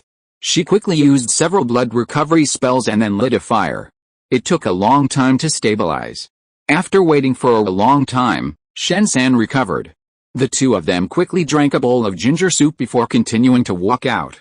The temperature at this time was much lower than when they first came, and it was very difficult to walk. Although it was not snowing, the howling wind made it almost impossible to open your eyes. Both of them were wrapped up like bears and walked forward with difficulty. After walking for 2 hours, the two did not find anyone. You said before that the treasure map is here. Where exactly is it? Shen San was a little powerless. He looked up and squinted his eyes hard, trying to see clearly, but this ice continent was full of icebergs, and it was harder to find the way than to climb to the sky. As soon as his pet dragon was released, it couldn't withstand the ice and was frozen. An ice dragon can't withstand the ice. Is this reasonable? In short, they have no way at all. Master, if I can't see from the air, I can't recognize the road. He smiled bitterly, with a helpless look on his face. Unless there's a flying pet that can withstand this weather, otherwise we may have to wait for a long time. How can it fly in this icy and snowy weather? She paused halfway through her words. The two of them looked at an eagle not far away, soaring in the sky. Does this eagle look a little familiar? Shen San looked at it for a long time and muttered. Lu Yunxi looked at it for a while and recognized it. Isn't this the guy who pushed them off the cliff before? Great. When enemies meet, their eyes are red with envy. Not only did they see it, but the eagle also clearly saw two familiar people. For a moment, there were flashes of swords and shadows, and broken ice was flying. Shen San was wearing a lot of clothes at this time. Because he was a close combat type, it was difficult for him to go over and fight, so he could only rely on Lu Yunxi to take action. Lu Yunxi fought back and forth with the opposite side for a long time, and found that the eagle on the opposite side had become stronger. The worst thing was that the eagle was very adapted to the environment here, but she was not. While fighting, she wanted to drink ginger soup to warm her body. The eagle didn't know what he thought of, and a hint of sinisterness flashed across his human eyes. It let out a long cry to the sky, and suddenly rushed into the sky. Lu Yunxi raised her bow and arrow and frowned. The clouds blocked her sight, and she could no longer see the eagle. Could it be that it wanted to use the clouds to sneak attack from nearby? She looked around cautiously. Suddenly, a rustling sound came out. She raised her head suddenly, and saw a large piece of ice falling from the top of her head. Each of these ice blocks was as big as a football. It would be strange if she was not injured if she was hit like this. Lu Yunxi's eyes turned cold, and she jumped up with the help of Qingguang, and grabbed half of the eagle's wings. The eagle, with only half of its wings left, flapped its wings vigorously, and managed to flutter up for a while, but after a few times, it could no longer withstand her strength and fell straight down. Shen San had been waiting below, and quickly reached out to hold down the eagle. She took out the hemp rope from the space and tied up the eagle in a few seconds. The two of them stretched their bodies and felt a little warmer. Master, how should we deal with this eagle? Lu Yunxi sneered, thinking of the eagle's previous play with herself. 30 years in the east, 30 years in the west, didn't expect it. You fell into our hands again. As for disposal, just do it the same way as before. We will treat it the same way it treated us before. Shen-san nodded. But now it was icy and snowy, and it was impossible to find the cliff. Fortunately, it was not necessary to find the cliff. There were so many icebergs here that one could be found at random. Shen-san carried the eagle up the mountain. Yunxi was beside him, staring at the eagle with a slightly murderous expression. "We still remember that you threw us off the cliff before." A trace of disdain flashed in the eagle's eyes. She tightened her hands. "Hell, you can fly with wings, but you are tied up by me now. Don't think that this is the kind of rope that can be easily broken free. No matter how strong you are, you can't escape. I want to see what you will look like when you are thrown down." Shen-san twitched his eyes and thought that the master looked similar to the villain in the online drama. She didn't know what he was thinking at all, but just nodded slightly. He immediately lifted the eagle. The eagle seemed to be scared and kept twisting its body, trying to escape. Although they would not die if they fell down at their level, it would hurt. It suddenly cried out, and the sound was long. Yunxi and Shen-san didn't take it seriously. Just when they were about to throw the eagle down, a gust of wind suddenly hit. The other eagle's eyes were full of anger, and it rushed straight towards them like a sharp arrow. The voice of the captured eagle became pitiful, as if it was acting coquettishly. The two were stunned for a moment. The speed of the eagle was so fast that it was even stronger than the captured eagle. Looking at the ice lifted by the wings, it fell like a mountain, accompanied by many broken ice cubes. Shen-san was stunned. "Master, this can't be its wife." Compared with the eagle in their hands, the eagle sprinting towards them looked much better and smaller, but the murderous look and the broken ice lifted by the wind when the wings passed by showed that it was not ordinary strong. Yunxi observed for a while, but shook his head. "Not necessarily. In the animal world, most males are better looking than females." As the master and apprentice talked, they stood together, holding up the eagle in their hands and using it as an umbrella to block the falling ice. The eagle used as an umbrella found that they were still trying to hide, and couldn't help but laugh, with mockery in its eyes. "You still want to hide from this kind of drizzle? You are indeed fragile humans." Its voice was sharp and thin, and its tone was full of mockery. Chapter 219. Can you hear me? Yunxi's expression was cold. "Most of you animals have thick skin and flesh, of course you can easily block this attack. Animals are naturally more defensive than humans, which is their advantage, but humans also have their own advantages." The master and apprentice were not shaken by its ridicule. "Humph. If you have the guts, just let me go and fight the ice cube by yourself. You are not a hero if you use me to block the ice cube." The eagle's eyes rolled, and suddenly raised his head and said, "Do you think we dare not?" Yunxi snorted coldly, and was furious. A smug light flashed in the eagle's eyes. She seemed not to see it, grabbed the eagle, and was about to throw it aside. Just when the eagle was so excited that he wanted to scream, she suddenly retracted her hand and continued to let it block the sky. Why?" The eagle was shocked and puzzled. "Hey! I didn't expect you to be so cunning. Such an obvious provocation. Do you think I will fall for it?" She couldn't help laughing. "The more you don't want to block the ice, the more I will force you to block the ice." The eagle gritted its teeth secretly and looked at her with an indignant look. However, Yunxi seemed not to see its size and hummed a little tune softly. She hummed for a while, and suddenly thought of something, and shouted to the eagle in the sky, "Hey! Eagle up there! Why don't you come down? Weren't you going to rush down just now? Why don't you dare to fly down halfway?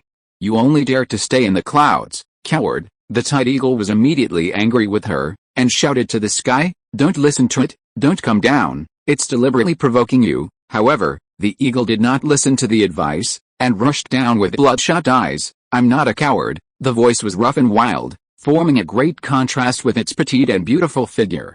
"Shen-san, master, you are right. It seems that the one above is really a male." Yunxi ignored his apprentice's sudden sigh, threw away the eagle in his hand, and jumped. The huge ice above became even bigger, almost as big as a person, and the method of using the eagle to block it was not very effective. Perhaps because of anger, the eagle's attack range expanded a lot. At first glance, it seemed that the whole world was hail. The wind whistled, and the ice fell madly. However, the master and apprentice with protective shields were fine and were not hurt at all. The faint smiles on their faces stimulated the eagle in the air. It became more and more angry, with an unmatched momentum. The ice above began to condense and formed a huge iceberg. This iceberg was so huge that it was like a tower, covering the sky and slowly pressing down. Looking at the sky that seemed to be the end of the world and darkened a lot, Lu Yunxi and Shen San's faces were not very good. Yes, they will not be hurt. But being pressed down by such a huge iceberg. How long will it take them to dig out a passage to leave? The two retreated quickly, but they couldn't stop the crazy eagle. There was a loud bang, as if the earth was cracking, and as if a prehistoric beast had awakened. Lu Yunxi frowned, quickly covered her ears, and squatted on the ground with her head on her knees. Shen San also imitated her. After a long vibration, Lu Yunxi felt that she was falling. She waited for a while, but she didn't wait for the fall to stop, so she closed her eyes and fell asleep silently. Master, are you okay? In the dim yellow light, Shen San squatted beside her, with a strange tone. Lu Yunxi was puzzled. She was protected by the protective shield, how could she not be okay? I'm fine. As she said that, she sat up and suddenly saw a furry face in front of her. She was so scared that she picked up the broken ice next to her and threw it over. The thing flashed very fast and retreated in a few seconds. Lu Yunxi saw clearly that it was actually a fox. She turned her head and looked around. She saw a green grass here, lush grass in the distance, and occasionally a few big trees. The fox looked at them, then left without looking back. Where is this? Aren't we in the ice-filled continent? Could it be that they accidentally entered a teleportation array? We are lucky. We just landed at the place we want to go. It is the endpoint on the treasure map. After the words fell, the two suddenly heard a voice echoing nearby. Is it you? Come to participate in my test. A group of mist suddenly appeared in front of them. Lu Yunxi and Shen San couldn't see clearly what was in the mist, but they could feel his majesty. Test? Lu Yunxi was silent for a while, a little confused. Yes, didn't you come here for my test? Predestined people, as long as you pass my test, you can get the treasure I left behind, he said meaningfully. The master and apprentice lowered their heads and listened to his words silently. The group of mist didn't seem to expect them to be so cold, and couldn't help but get a little excited, trembling in the air. My darling. Don't you want it? Do you know who I am? I was born in ancient times. Seeing Lu Yunxi and Shen San distracted, the man paused. Ahem. Forget it, since you don't want to listen to me, let's just start. Yun Wu's voice gradually became blurred, leaving only a faint sound. Suddenly, a white light appeared in front of him, and the fox that ran away appeared again. It spoke in human language. Now let's start the first level, walking on the rope. After saying that, the entire grassland and trees disappeared completely, leaving only a thin rope. There was nothing to hold on to, and there was a raging fire under the rope, which made people dizzy. As long as you can walk to the other side, you will pass the level. The fox shook its tail and disappeared in the blink of an eye, leaving Lu Yunxi and Shen San staring at each other. Master, shall we go? Let's go. Since we need to pass the level to get the treasure, let's go. Shen San rubbed his hands and said confidently, Master, I've practiced this before. Let me go first. Lu Yunxi nodded and watched him step on the rope. He tried to jump over with Qinggong. Unfortunately, just as he made a flying gesture, he suddenly felt a pressure from above. He couldn't fly and could only step on the rope silently. You can't use Qinggong. Master, be careful, he shouted without looking back. I know, Lu Yunxi replied, watching him slowly move to the end before stepping on it. But unlike Shen San who had just walked without any danger, when she was halfway there, the flames below suddenly jumped up and were about to burn the rope. Master, Shen San was startled and shouted out. Lu Yunxi's heart sank suddenly. She took a deep breath, stood where she was, and patiently watched the flames for a while. She found that the rope would not be burned, so she continued to move forward with confidence. She didn't look down again, but just stared straight ahead, stepping steadily over the rope. Master, Shen San was so scared that he held her hand, and his pale face gradually turned red after a long while. The fox suddenly ran out from somewhere. Wow, it looks surprised and exaggerated. I have never seen people as smart as you, and you passed the first level so quickly, Lu Yunxi and Shen San. So exaggerated. It sounds like the tone of a kindergarten teacher. This first level is not difficult for people who practice martial arts, okay. Then let's start the second level next. The fox licked its paw, and the sea of fire in front of it disappeared instantly. What appeared in front of them was a door. The second level is to walk through the maze. As long as you successfully walk out of this maze, it means you have passed the level. Come on. After that, the fox disappeared again. Shen San was in front, turned his head and looked around and slowly walked into the door, and Lu Yunxi followed behind. As soon as she entered the door, Lu Yunxi only saw the towering green leaf walls on both sides, which seemed to be the partitions of the maze. But when she raised her head, she saw a large piece of green leaf partition falling from the sky. Her pupils shrank and she shouted, "Danger!" Almost instantly, she wanted to release the protective shield. However, her protective shield didn't work. She immediately jumped back, and Shen San reacted quickly, rolling forward quickly. Both of them avoided the attack of the large green leaves, but were separated again. Lu Yunxi walked forward, knocked hard on the green leaf wall, and shouted, "Shen San! Can you hear me?" Chapter 220 Clearance Conditions. Lu Yunxi shouted for a long time, but there was no response from the other side. She frowned. She didn't expect the sound insulation to be so good. After thinking about it, she tried to pull the leaves apart to see if she could see the other side. Who knew that after pulling for a long time, the green leaf wall was still tightly covered, and there was no gap at all. She frowned, took out her bow and arrows and fired all the arrows.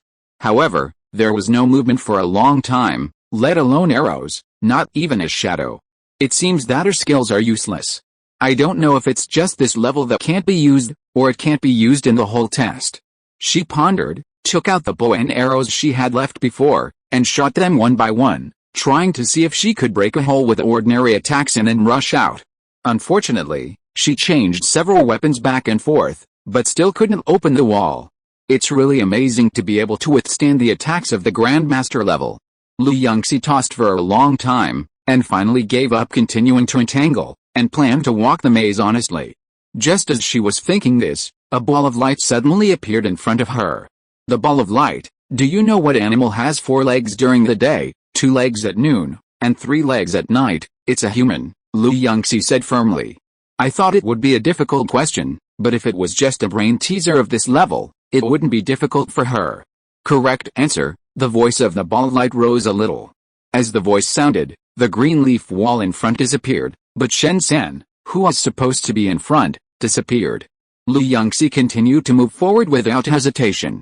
However, at the beginning, the questions she encountered were relatively simple, but later, the questions became more and more difficult. Until she couldn't answer it for the first time. 10, 9, 8, the ball of light began to count down silently. The cold sweat on her forehead slowly fell, and in the end, she remained silent.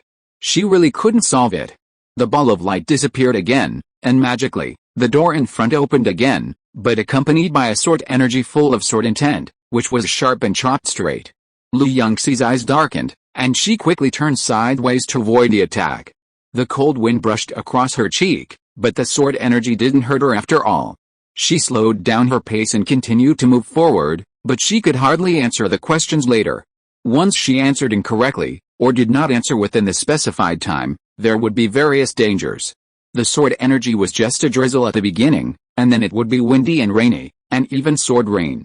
Not only that, the questions at the end became more and more dense, and she would encounter new problems almost every time she took 2 steps. Even someone as strong as her was exhausted. Lu Yunxi didn't know that she was already lucky. Shen San was even worse off than her, because he had never been exposed to brain teasers, puzzles, and the questions at the end became more and more literary, and sometimes he couldn't even understand the questions. It took a whole day for Lu Yunxi to finally leave this damn maze. She had a head of chicken feathers, and she grabbed the hem of her skirt to wring out the water, with a cold expression, whereas Chen San, the fox, suddenly jumped out. Are you asking about the person who was with you? He hasn't come out yet. You wait a while. She quickly set up a tent, washed up, and rested for another night before waiting for Chen San to come out. Who knew that Chen San was much more embarrassed than her? The two rested for a long time before continuing to the next level. The third level is temptation. The fox's voice suddenly became deep, sounding like a witch tempting a little girl who didn't know the world. Go. As soon as the voice fell, the whole world changed. The sun outside the window was bright, penetrating through the door and shining on the old embroidered shoes on her feet. The lady standing in front of her had gorgeous and exquisite makeup, and looked down at them with an inquiring look, meaning something. The eldest girl is about to enter the palace. Meyer, Laner, Zuer, and Jur, the 4 of you have been with the eldest girl for so long. Are you going to enter the palace with her? Or stay at home? Go back and think about it carefully, and tell me when you have figured it out." Yunxi paused, and lowered her head silently like the three people next to her. Suddenly, a lot of memories that did not belong to her emerged in her mind. The owner of her current body is called Laner. She was originally a little maid in the Earl's mansion. She has been serving the eldest girl in the mansion since she was a child. This Earl's mansion was inherited by descending ranks. When old Master G was alive, it was still a Marcus mansion, but after his death, it became a Earl's mansion. The one who inherited the title was the eldest master of the G family, who was also the father of the eldest girl. There are two masters in the Bose mansion. The eldest master inherited the title, but he has no ability. He only has the title and name. He can inherit the title because he is the eldest son. The second master has an official position, but it is a 5th rank official, which is a sinecure. It is not a big deal in the capital. But no matter how capable they are very good at giving birth to children. Each of the two masters has more than 10 wives and concubines and more than 10 children. The ratio of men to women is basically 1:1, which can be said to be quite balanced. When the memories ended, the lady who came to ask questions had left. The eldest girl is her own daughter, so it is not surprising that she came to ask questions. However, what Yunxi couldn't figure out was what this level test was about. Should she leave this Dambo's mansion next, or continue to stay here, or enter the palace? There was no clue at all, and she was a little distressed. "Laner, what are you doing?" Meyer's voice suddenly sounded in her ears. She looked at herself with worry. Nothing, I was just thinking about what the madam just said," she said casually. "Have you thought about it?" Meyer nodded and asked again. "Not yet, I have to think about it carefully," she shook her head. "It's time to think about it carefully." Meyer smiled at her thoughtfully and walked in another direction. "I still have work to do, you go back first." Yunxi nodded and walked silently towards the room where she lived. When she left, she suddenly felt a little strange. What was she thinking about just now? She felt vaguely that she was thinking about something very important just now. It seemed like some test, and some temptation. She remembered that her name seemed to be Lu. Strange. Her last name is not Lu. She is obviously Laner, the maid of the eldest lady of the Wenaibo mansion. She frowned, looking puzzled. "Laner, the lady left us rouge goose breast today, come and eat it." "Hey. Here I come." She shook her head and quickened her pace back to the room 3 days later. Mrs. Bo called the 4 maids, Mei, Lan, Zhu and Ju, who were by the side of the eldest girl, again and asked them if they wanted to follow her into the palace. Among them, only Zhu and Ju wanted to go. Mei and Lan refused. The emperor of this dynasty was very tolerant of concubines. In the past, only girls with a rank of noble concubine or above could bring a maid into the palace. But now, even the lowest-ranking concubines can bring a maid into the palace. If they are assigned to noble concubine, it's incredible that they can bring 4 people in. The emperor of this dynasty has just ascended the throne not long ago. The harem is empty. Except for the queen and 3 low-ranking concubines, there is no one. The emperor is young and promising, and there are many vacancies in the harem, so naturally many people want to enter the palace.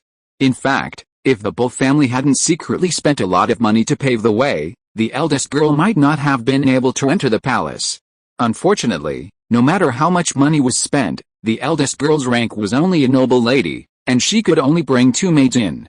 Mrs. Bowl listened to the thoughts of the 4 maids, Mei, Lan, Zhu and Ju, and thought about it. "You go down first," Lan left very calmly. In fact, Mei, Lan, Zhu and Ju all look pretty good. Although they are maids, as maids of a legitimate daughter, they have a pretty good life and naturally have delicate and fair skin. Among the 4, Laner is the prettiest.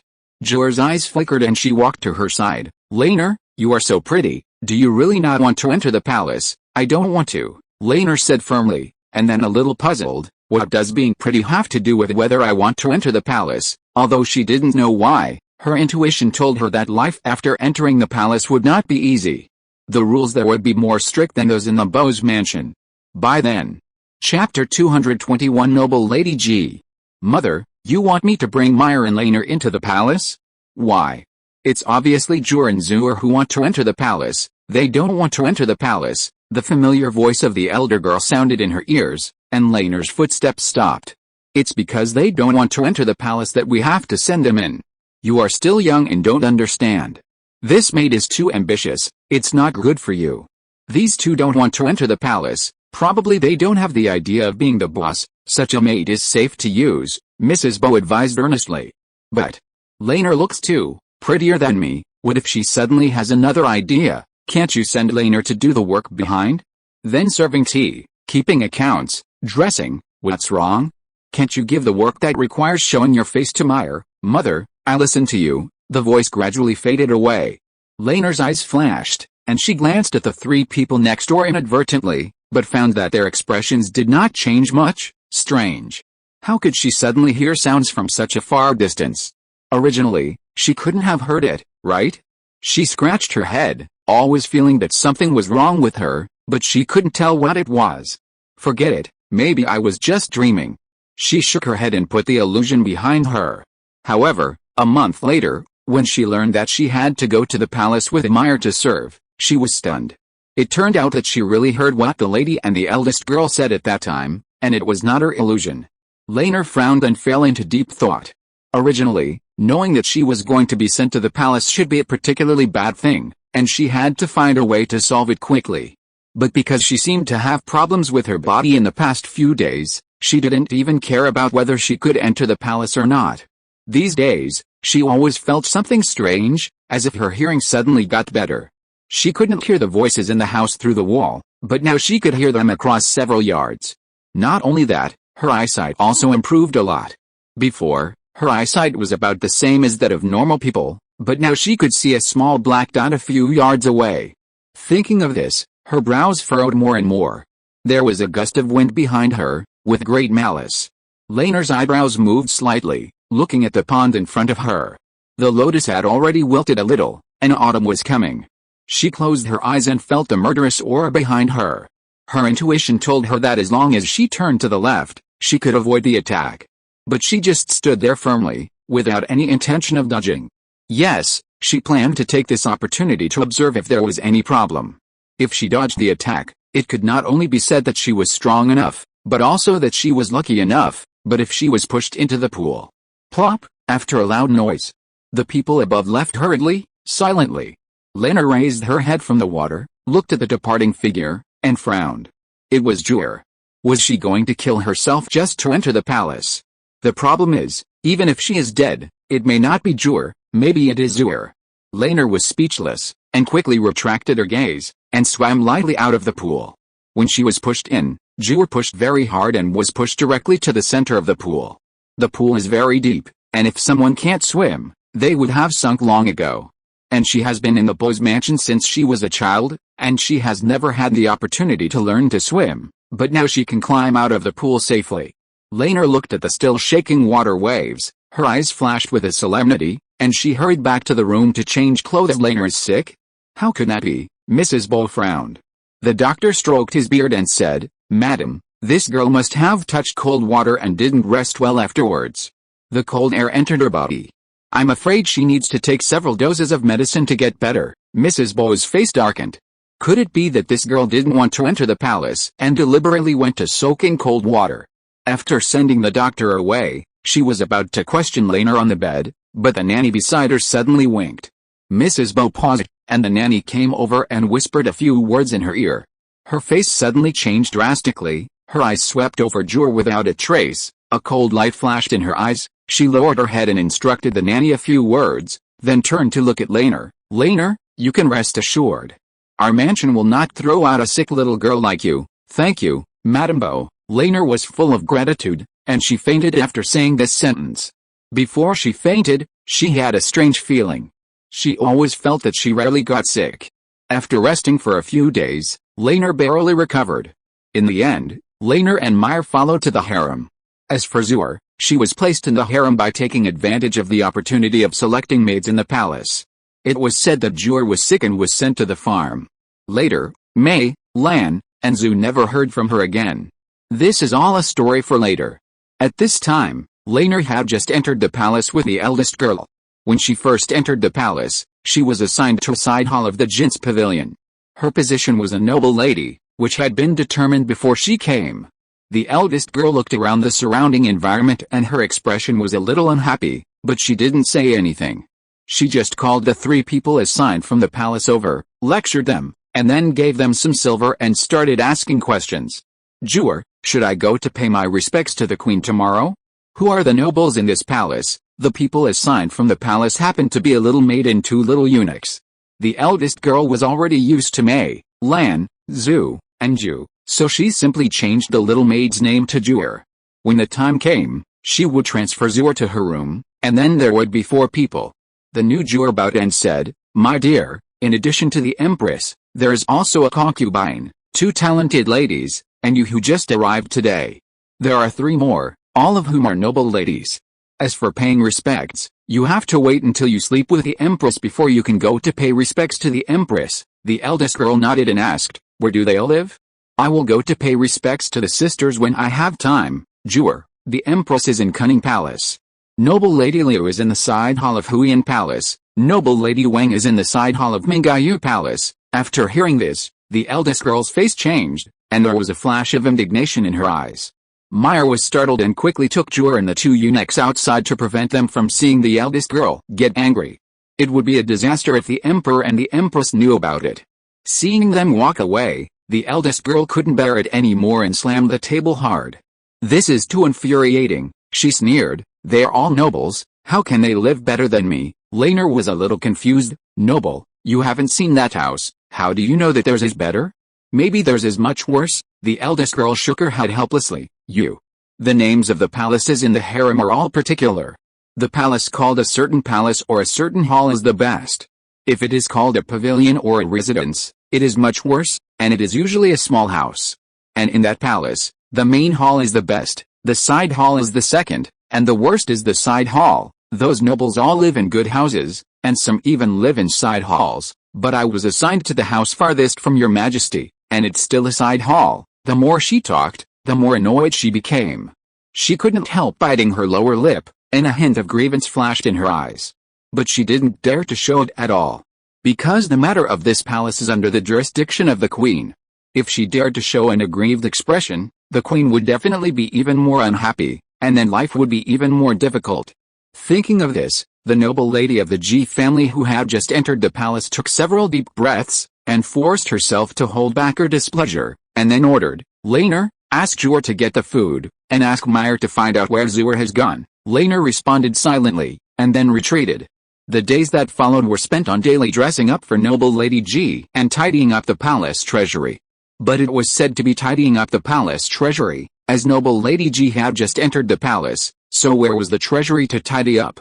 All she brought in was a small box filled with old jewelry of various colors, waiting to be used as a reward for others. Time passed just like that. Noble Lady Ji went from anxiety at the beginning to irritability, and then to numbness. It was not until dusk that day that she finally waited for the eunuch to come and report the news. "Noble Lady Ji, it's your turn to sleep with me today." Chapter 222 Medical Skills. Concubine Ji was stunned when she saw the eunuchs from the Shenken Bureau. No one had come for so many days, and other newcomers had already served the emperor. She thought that the emperor had completely forgotten about her. It took her a long time to come back to her senses, and signaled Meyer to give the eunuchs a reward. After sending the eunuchs away, everyone became nervous and hurried to dress up Concubine Ji. About half an hour later, several eunuchs wrapped Concubine Ji in a quilt and took her away. The concubines of middle status were escorted to the bed by the special eunuchs from the Shenken Bureau, and ordinary palace maids and eunuchs like them could not follow, so they could only wait anxiously in the palace. Laner sat silently, looking very anxious on the surface, but actually resting secretly. What a damn life in the palace. I don't know why everyone is rushing to enter the palace. She gets up earlier than the rooster every day and goes to bed later than the dog. She was not so tired even in modern times. Thinking of this, she frowned. Wait, what is modern times? Suddenly, she felt that some words that she couldn't understand appeared in her mind. She thought about it for a while but couldn't figure it out, so she just let it go. She sat quietly, and when she was about to fall asleep, she suddenly heard voices nearby. "Rest, it's so late, the emperor won't come. By the way, who did the emperor summon to sleep with him today, my dear?" "He summoned Concubine Ji today." "Humph. I was wondering who it was. It turned out to be her." "Then don't worry, with someone like her, the emperor will definitely not like her." The woman who was originally a little dissatisfied suddenly sneered, her voice full of pride and disdain. After a burst of rustling noises, the surroundings became quiet. Laner was silent for a while, looking at the yard next door, thinking. After waiting for another quarter of an hour, there was suddenly movement outside the yard. Several people in Jin's pavilion immediately stood up to greet them. Laner was startled when she saw Concubine Ji walking back step by step with difficulty. Her body was covered with bruises and purple marks, her cheeks were pale, and she walked with a limp. At first glance, I thought she had accidentally twisted her waist. The eunuch who was lighting the lamp beside her saw Meyer and others coming to pick her up, so he turned around and went back. Concubine Ji took a quick bath and went to bed. However, not long after she fell asleep, she was tossed out again, dressed up, and sent to Cunning Palace to pay her respects. Jin's pavilion was far away, and if she wanted to pay her respects, she had to get up at around 3 in the middle of the night. Meyer was responsible for going out, and Laner stayed in the house. She knew that Concubine Ji didn't let her go out because of her beauty, but she didn't care. She was not stupid. It would take more than half an hour to walk from Jin's pavilion to Cunning, and it would take 1 or 2 hours to go back and forth. While Concubine Ji was paying her respects, she took the opportunity to rest for a while and regain her energy. Who knew that when Concubine Ji came back, her face was pale, as if she was not very happy. Laner was very curious and asked Meyer in private, "Has the girl been bullied?" When it was just her and Meyer in private, she was still used to calling her the girl. That's not the case. It's just that those nobles don't care about the girl, Meyer sighed. The two looked at each other and said nothing. In the harem, being bullied and suppressed is not necessarily a bad thing. It means that you are envied. But if you are ignored, that's really bad.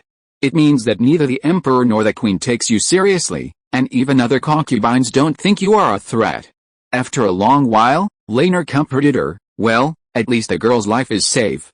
At most, her life will be a little harder in the future." At this time, they didn't expect that the days of being ignored were not just ordinary hardships. Concubine Ji looked at the 2 wilted dishes on the table. Not only were they cold, but she didn't know when they were cooked, and the portion was very small, and they were even a little yellow.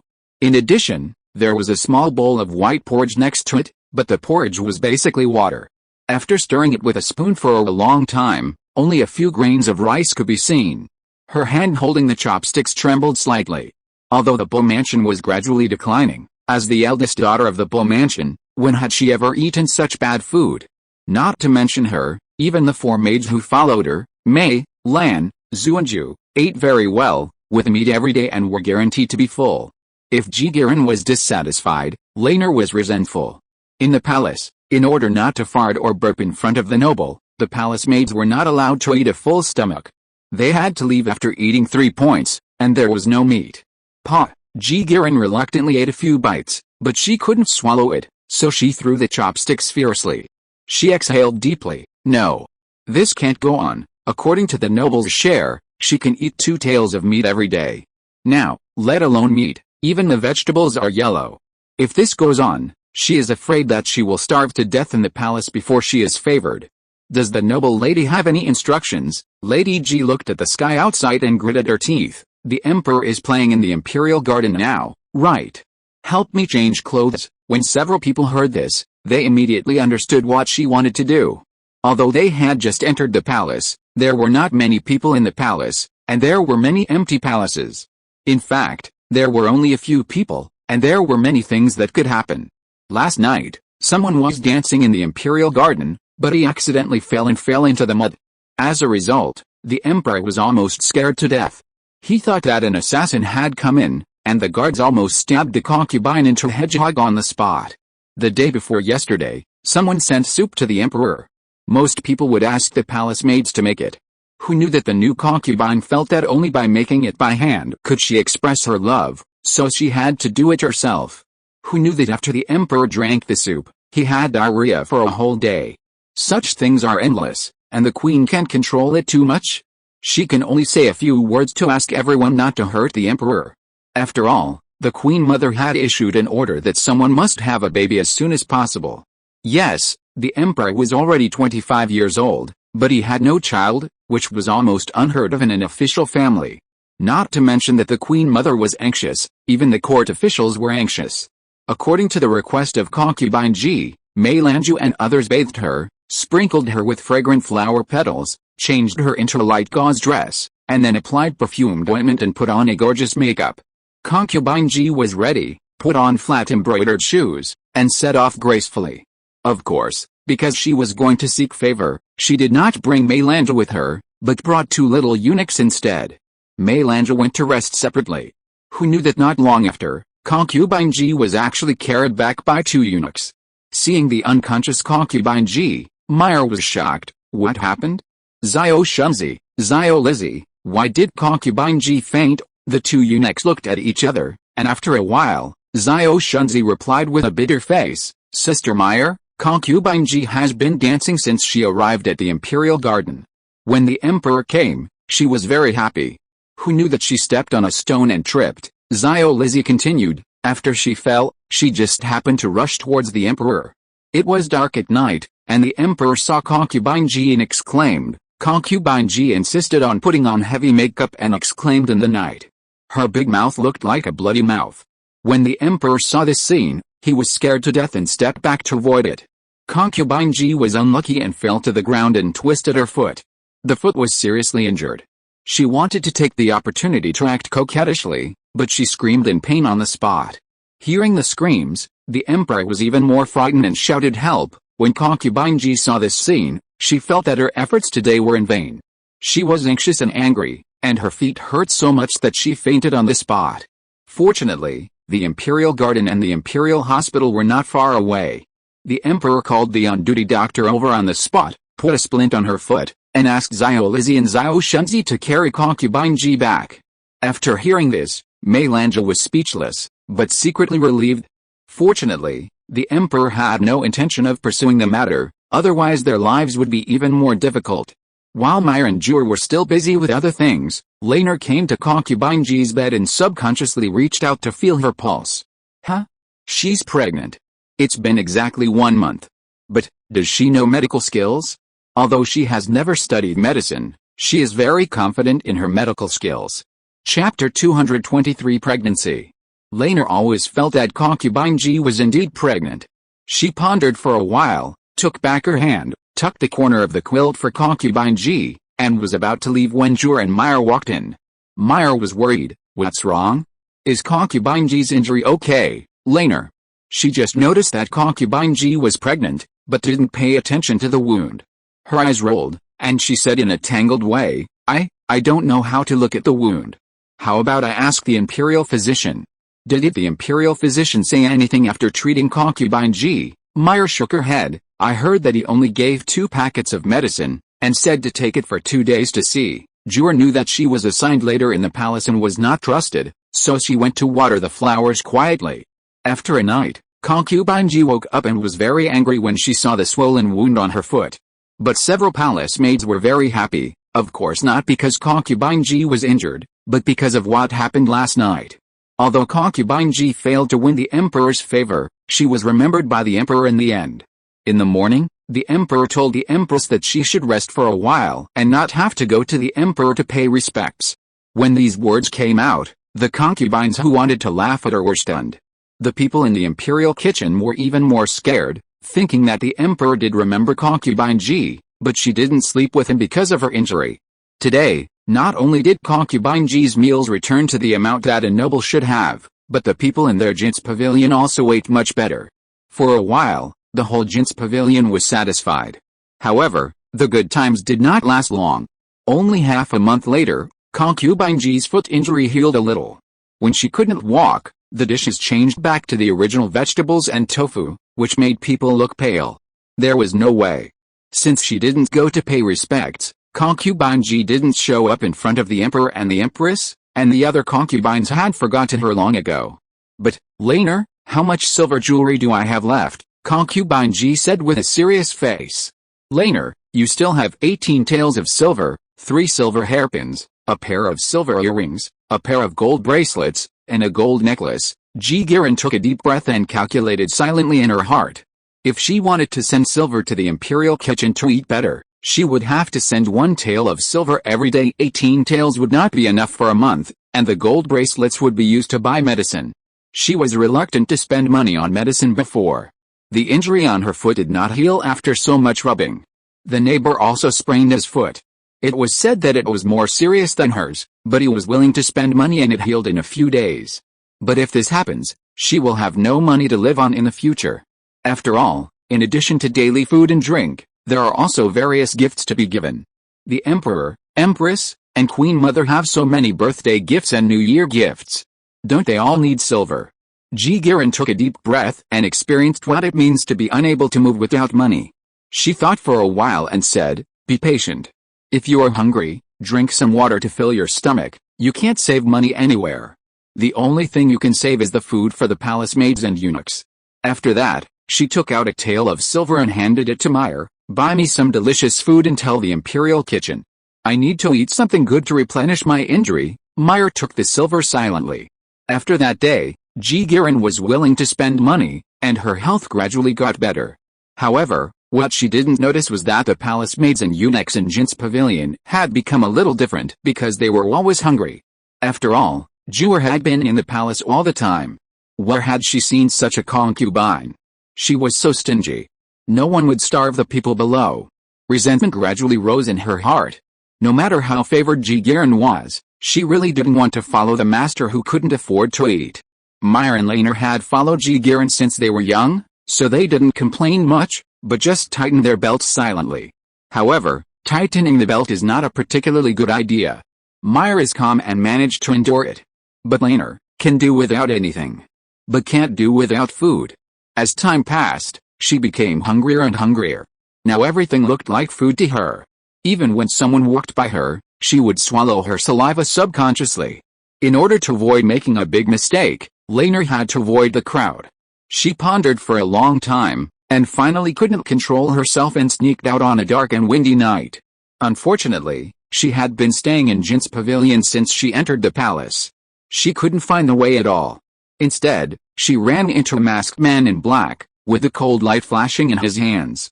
"Catch the assassin!" Behind the man in black, a group of eunuchs ran all the way with lanterns. Laner didn't expect to suffer an unexpected disaster. She looked around with a headache, trying to find a place to hide. However, the assassin had already seen her. A fierce light flashed in his eyes, and he directly put the knife in his hand into her hand. But how could she be willing? She immediately pushed the black-clad assassin away. She originally thought that it would be very difficult to deal with, or even that she might lose her life, but she easily blocked the assassin's attack. Not only that, she was able to fight back quickly, knocking down the assassin in just a few moves and leaving the place of trouble. Just after she left, the eunuchs finally caught up with her and fought with the assassin, unable to part. Many eunuchs were injured, and it took a long time to finally control the assassin and put him in jail. After the eunuchs left, the whole space became quiet, with only the rustling sound of the wind blowing through the leaves. A few minutes later, the eunuchs suddenly turned back and searched the place carefully. After a while, "Let's go. There's really no one." The eunuch leader waved his hand, and the eunuchs behind him left completely. The green leaves on the tree moved. Laner jumped down from the tree and left quickly. No one knew that when she returned to her small couch, her eyes were shining. Just now when she was in danger, she broke out in a cold sweat. She subconsciously reached into the space and took out a bow and arrow. In an instant, she recalled all her memories. She is not Laner at all. She is Yunxi. She is now taking the test. She waited patiently for a while, but did not notice any changes in front of her. She frowned. She thought that she could leave this illusion after recovering her memory, but who knew? Yunxi continued to live the life of a little palace maid. After recovering her memory, she was no longer afraid of being hungry, as there were countless foods in the space. It's a pity that it was inconvenient for her to give it to Meyer and the others. Fortunately, a few days later, when Jigiran went to the banquet, she accidentally smelled the fish soup and suddenly vomited. At that time, the Emperor, Empress and Queen Mother were shocked, and they invited the imperial physician to come over with full expectation. The imperial physician took a look and found that she was pregnant. The three giants, the Emperor, Empress and Queen Mother, burst into tears, wishing that Jigiran would get pregnant today and give birth to a child tomorrow. The other concubines were extremely jealous, but no one dared to hurt her. After all, at this time, concubine Ji was protected by the three giants at the same time. In order to ensure the health of the child, concubine Ji was instantly promoted to concubine, jumping 3 levels in a row. She could be said to be a model of promotion in the harem. She was also moved to the main hall of Jin's pavilion to live, which made everyone in the harem jealous. One person's success brings prosperity to the whole family. Concubine Ji is so favored that she has the best food, drink and accommodation. For a time, the entire Jin's pavilion was crowded with people, and other palace maids and eunuchs in the palace changed their previous disdain and came to visit. Fortunately, concubine Ji also knew that her promotion depended on the child in her belly, so she quickly asked someone to guard the yard, not to be disturbed, and concentrate on the balcony. Mei, Lan, and Zhu would never be hungry again. Zhu was finally found at this time and brought over by taking the opportunity to increase the number of palace maids. The 4 people of Mei, Lan, Zhu, and Zhu were finally gathered in Jin's pavilion. Of course, Zhu was still the one assigned by the palace at the beginning. It seems that she had some resentment towards concubine Ji before, and concubine Ji noticed it, so her current status is far inferior to that of Mei, Lan, and Zhu. Time passed in a blink of an eye, and under the care of the bigwigs in the harem, concubine Ji gave birth to a daughter safely. The emperor and the empress dowager were a little disappointed, but after all, it was the first child in the harem, and they thought that there would be a second child after the first one, so they gave a lot of rewards. The concubines in the harem all breathed a sigh of relief. Who doesn't want the eldest son to be born in their belly? After concubine Ji gave birth to a daughter, the harem returned to peace again. Everyone played to their own strengths and tried their best to pull the emperor to their side. If you're listening to this novel on a channel other than Fanfic World, it means they downloaded and uploaded it without effort. We cordially invite you to visit our channel, Mundo Fanfic Novelis. There you'll find the original version of this story and you can explore many other novels of various genres. We're waiting for you to immerse yourself in a world of incredible novels. Chapter 224 Revealing the Past. Jipin gave birth to a daughter, the eldest daughter after all, the first one is always different. With the help of the eldest daughter, Jipin finally had a place in the harem. Time passed quickly, and soon another year passed. On this day, Jipin walked around anxiously in the main hall of Jin's pavilion, and she couldn't even take care of her most beloved daughter. After wandering around for a long time, Meyer finally came back. She immediately went up to greet him. "How is it? What did my parents say?" Meyer lowered her head, her tone a little disappointed. "My queen, the family said that there is no money, let you think of a way yourself." Jipin's heart skipped a beat, and her face turned pale. She took a few steps back and fell on the soft couch. Several palace maids were startled and hurried up to help her, saying, "My queen." Jipin waved her hand, with a tired look on her face. "You go down first." Yunxi glanced at Jipin inconspicuously, and silently responded to retreat. You don't have to guess that the Bofu is definitely unwilling to pay for the birthday gift.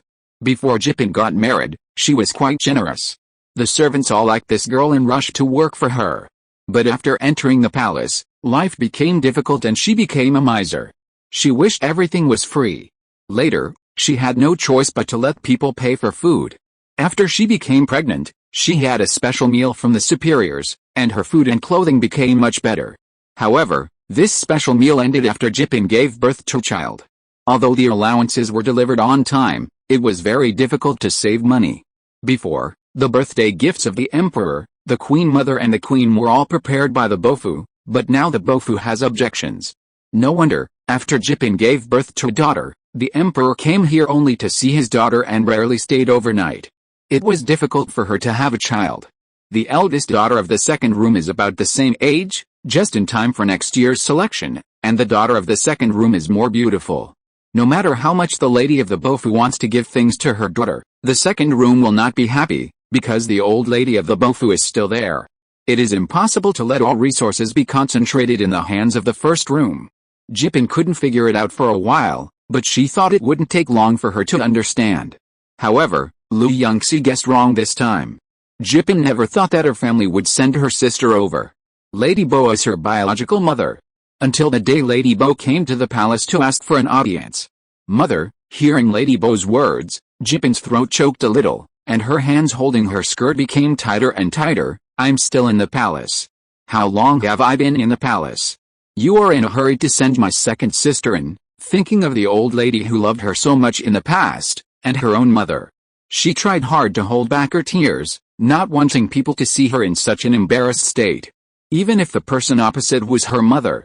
Lady Bo sighed helplessly. I'm sorry this time, my queen, I have been stopping it, but the old lady insisted on letting the second son's family come to the palace to help you. At this point, she gritted her teeth secretly.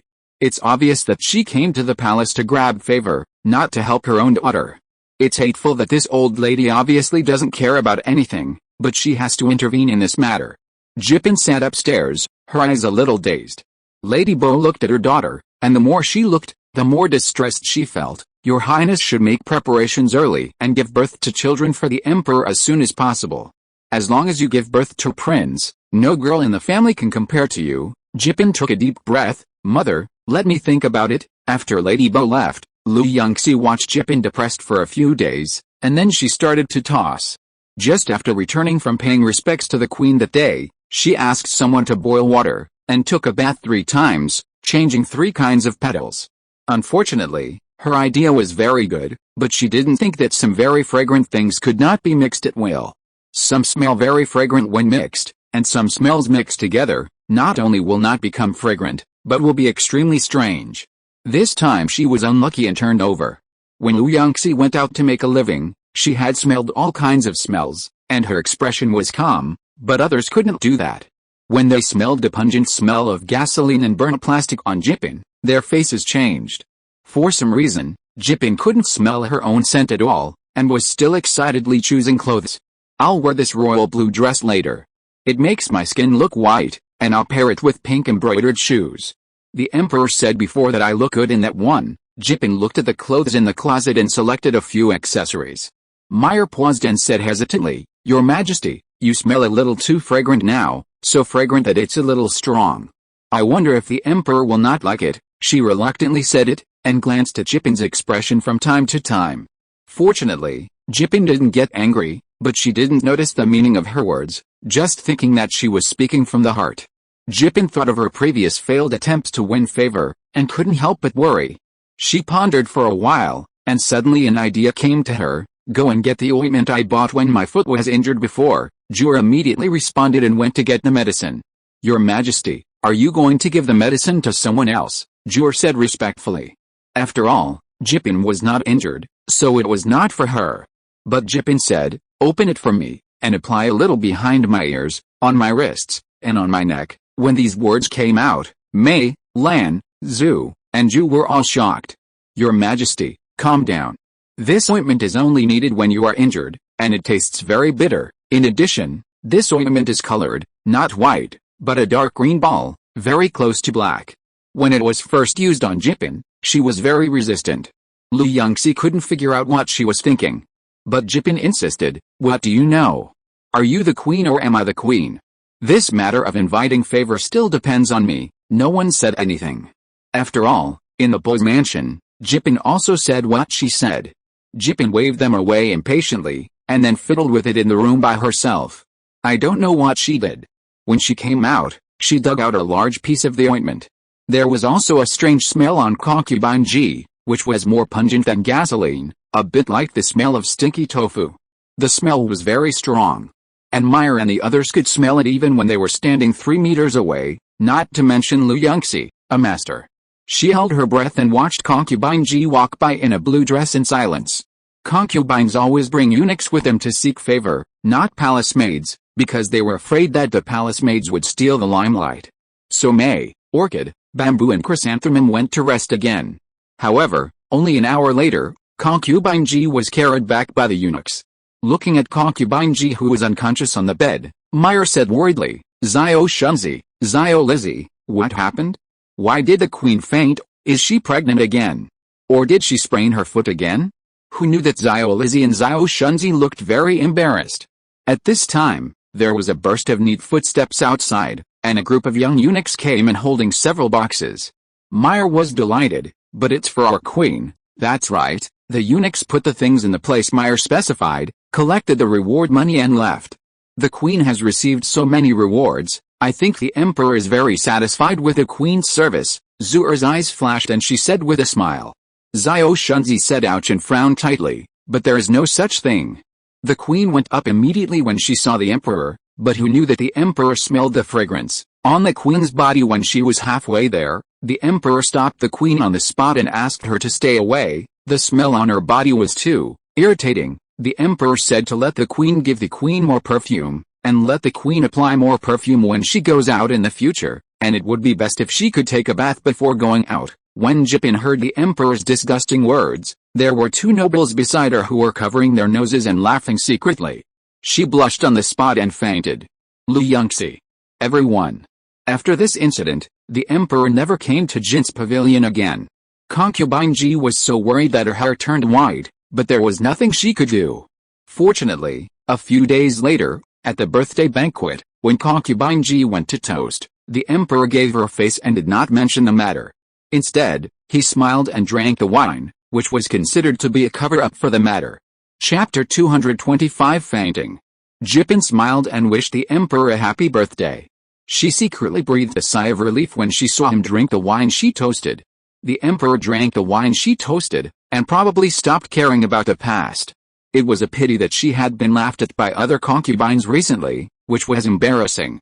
Thinking of those concubines who laughed at her before, she gritted her teeth secretly, thinking that she must serve them well this time and let those who laughed at her see her ability. However, Jipin thought too much. After that, the emperor did go to her place, but he refused to touch her. I don't know if the taste last time was too stimulating, which left the emperor with a psychological shadow. Jipin became anxious again from the initial complacency. She pondered for a few days, and suddenly called the three of them, Meyer, Laner, Zuer, the three of you come here. Then she turned around and told Zuer to guard the door and not allow anyone to break in. Yunxi and the other two stood silently by the side. Jipin, who was sitting in the main hall, glanced at the three of them with an unclear look in her eyes. I guess you've all discovered that the emperor is unwilling to stay in Jin's pavilion. If this continues, we'll have to live a life of eating tofu and steamed buns again. After saying this, Jipin carefully looked at everyone's expressions. Yunxi had no expression on her face, Meyer frowned, and Zuer's eyes flashed. Jipin paused for a moment and finally stated her purpose. I need someone to help me serve the emperor, and it would be best if I could win the emperor's heart to our Jin's pavilion. The three of them still had the same expression. Jipin looked at their expressions and pondered secretly. It seems that what my mother said is right. Meyer and Laner have no intention of getting promoted, and they are quite loyal. Zuer.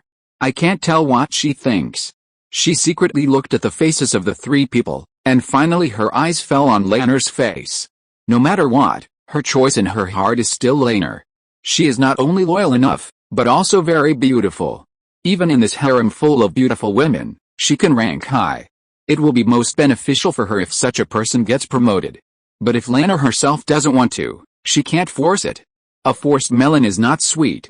Yunxi lowered her eyes, as if she didn't notice Jipin's gaze. To put it bluntly, Jipin just wanted to find someone to consolidate her favor, but she didn't want to serve the emperor. Sometimes she even wondered if Jipin did it on purpose. In fact, she didn't want to care about the emperor at all, but for the sake of the family, she couldn't show that she hated the emperor, so she could only make trouble secretly. Otherwise, would a person be so stupid as to make mistakes one after another? They are all low-level mistakes. You know, Jipin is the eldest daughter of the Bo's mansion. This eldest daughter has always been carefully taught. Just when Yunxi was secretly suspicious, Zuer knelt down and said loyally, Your Majesty, I am willing to serve you. Meyer was shocked and looked at Zuer with complicated eyes. Unexpectedly, Zuer was willing to pay such a big price for the girl. If she was asked to serve the emperor, she would not be willing. It's not that the emperor is bad, but being a concubine of the lowest rank in the Deep Palace is really not as comfortable as following the queen. Yunxi can understand. Zuer seems to be indifferent and doesn't care much about anything. In fact, she is ambitious, but she doesn't show it directly. Jipin was a little unhappy. Although she was the first to propose to send someone to the dragon bed, she still felt betrayed when she said this to her maid. For a while, everyone was quiet. Zuer went from excitement at the beginning to trembling later, and Jipin also went from dislike at the beginning to calmness later. It took a full 5 minutes. Jipin pulled the corner of her lips and showed a smile. Since Zuer is willing, let Zuer go. Don't worry, after all, you are someone who came from me, I will not treat you unfairly. Zuer knelt down and kowtowed, but she secretly regretted it in her heart. If she had known earlier, she shouldn't have come forward at this time.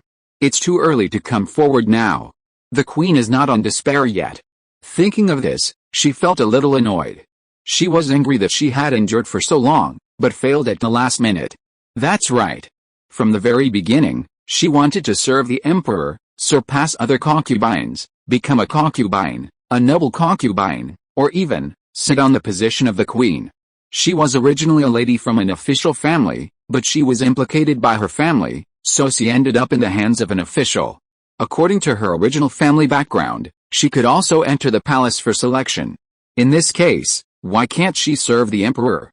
However, she had long expected that Jipin would not be able to capture the emperor's heart. Originally, she planned to come out to help the queen when she was most desperate, so that the queen would be grateful to her and she could take the opportunity to ascend to the throne. Who knew? Strange.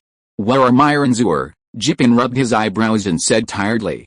Zur immediately stepped forward and opened the curtain for her. Sister Meyer has gone to the imperial kitchen. Zur. Madam, why do you still care about that traitorous villain? Yunxi was hiding in the backyard, and couldn't help shaking his head when he heard this. Although Jipin pushed Zur to the top, it was unknown whether she was dissatisfied with Zur, and she had no intention of explaining to Zur. The whole harem thought that Zur had secretly climbed onto the dragon bed when no one was paying attention. Zur herself explained, but it was useless. Who would believe it? Listening to Zur scolding Zur, suddenly, a flustered sound of footsteps attracted Yunxi's attention. Madam. Concubine Zu fainted. Meyer rushed in. Because of her anxiety, her bun on her head was a little messy, and sweat stuck to her clothes, making her look very embarrassed. Jipin lazily opened her eyes, raised her hand to look at her nails, and said in a cold voice, Fainted? Why did you faint suddenly? Isn't your concubine Zu always in good health? Zur rolled her eyes and saw the dissatisfaction in Jipin's eyes, and said, Sister Meyer, you are really something. Such a betrayer is not worth dying for. Why do you care about her? The queen is your master. You don't care about the queen, but care about those insignificant people. Tisk tisk. The queen's kindness to you is in vain. Meyer was a little embarrassed, and she couldn't help but look at Jipin for help. After all, letting Zur serve the emperor was the queen's golden order. Unexpectedly, Jipin nodded and agreed, That's right, Meyer. You are my maid, not the maid of concubine Zu. Meyer's face changed slightly, and her heart fell to the bottom of the valley in an instant. She lowered her head and left silently. Standing at the intersection, her eyes were a little confused. After a while, she calmed down and turned to walk towards the side hall. Yunxi was in the courtyard next door. She was listening to them talking while secretly fishing. When she heard the footsteps coming towards her, she immediately picked up a notebook and silently did an abacus. She looked like she was working seriously. Later, hearing Meyer's voice, she stopped pretending. Meyer? Why are you here? Zur, concubine Zu fainted in the imperial garden. Can you help me carry her back? Meyer took a deep breath and asked. Although she said it, she didn't have much hope. The girl was so good to them before, but now she seems to have become a different person. Okay, if you don't want to, then it's fine. What? Are you willing to help me? Meyer was shocked and her eyes gradually turned red. Yunxi seemed not to see her eyes, and just smiled and locked the warehouse. Let's go. Meyer led the way, and the two walked all the way to the direction of the imperial garden, and soon saw Zur who had fainted on the ground. While Yunxi was carrying, she took advantage of Meyer's inattention to feel Zur's pulse. Because taking the pulse does not necessarily have to be done on the wrist, the pulse on the neck can also feel problems. When she withdrew her hand, her eyes sank slightly. Zur is pregnant. Others may not be able to discover this, but Jipin, who is in charge of her, may be able to notice it. Did Jipin deliberately want to kill this child? Meyer, do you know why concubine Zu suddenly fainted? She asked casually. It seems that she bumped into her concubine, so she was punished to kneel, and then she fainted. End of this chapter. Thank you very much for reaching the end. Don't forget to like. Looking for more exclusive content and immediate access? Subscribe to our Patreon. Remember, every like, subscription, or donation encourages us to continue. Thanks to everyone. See you in the next video.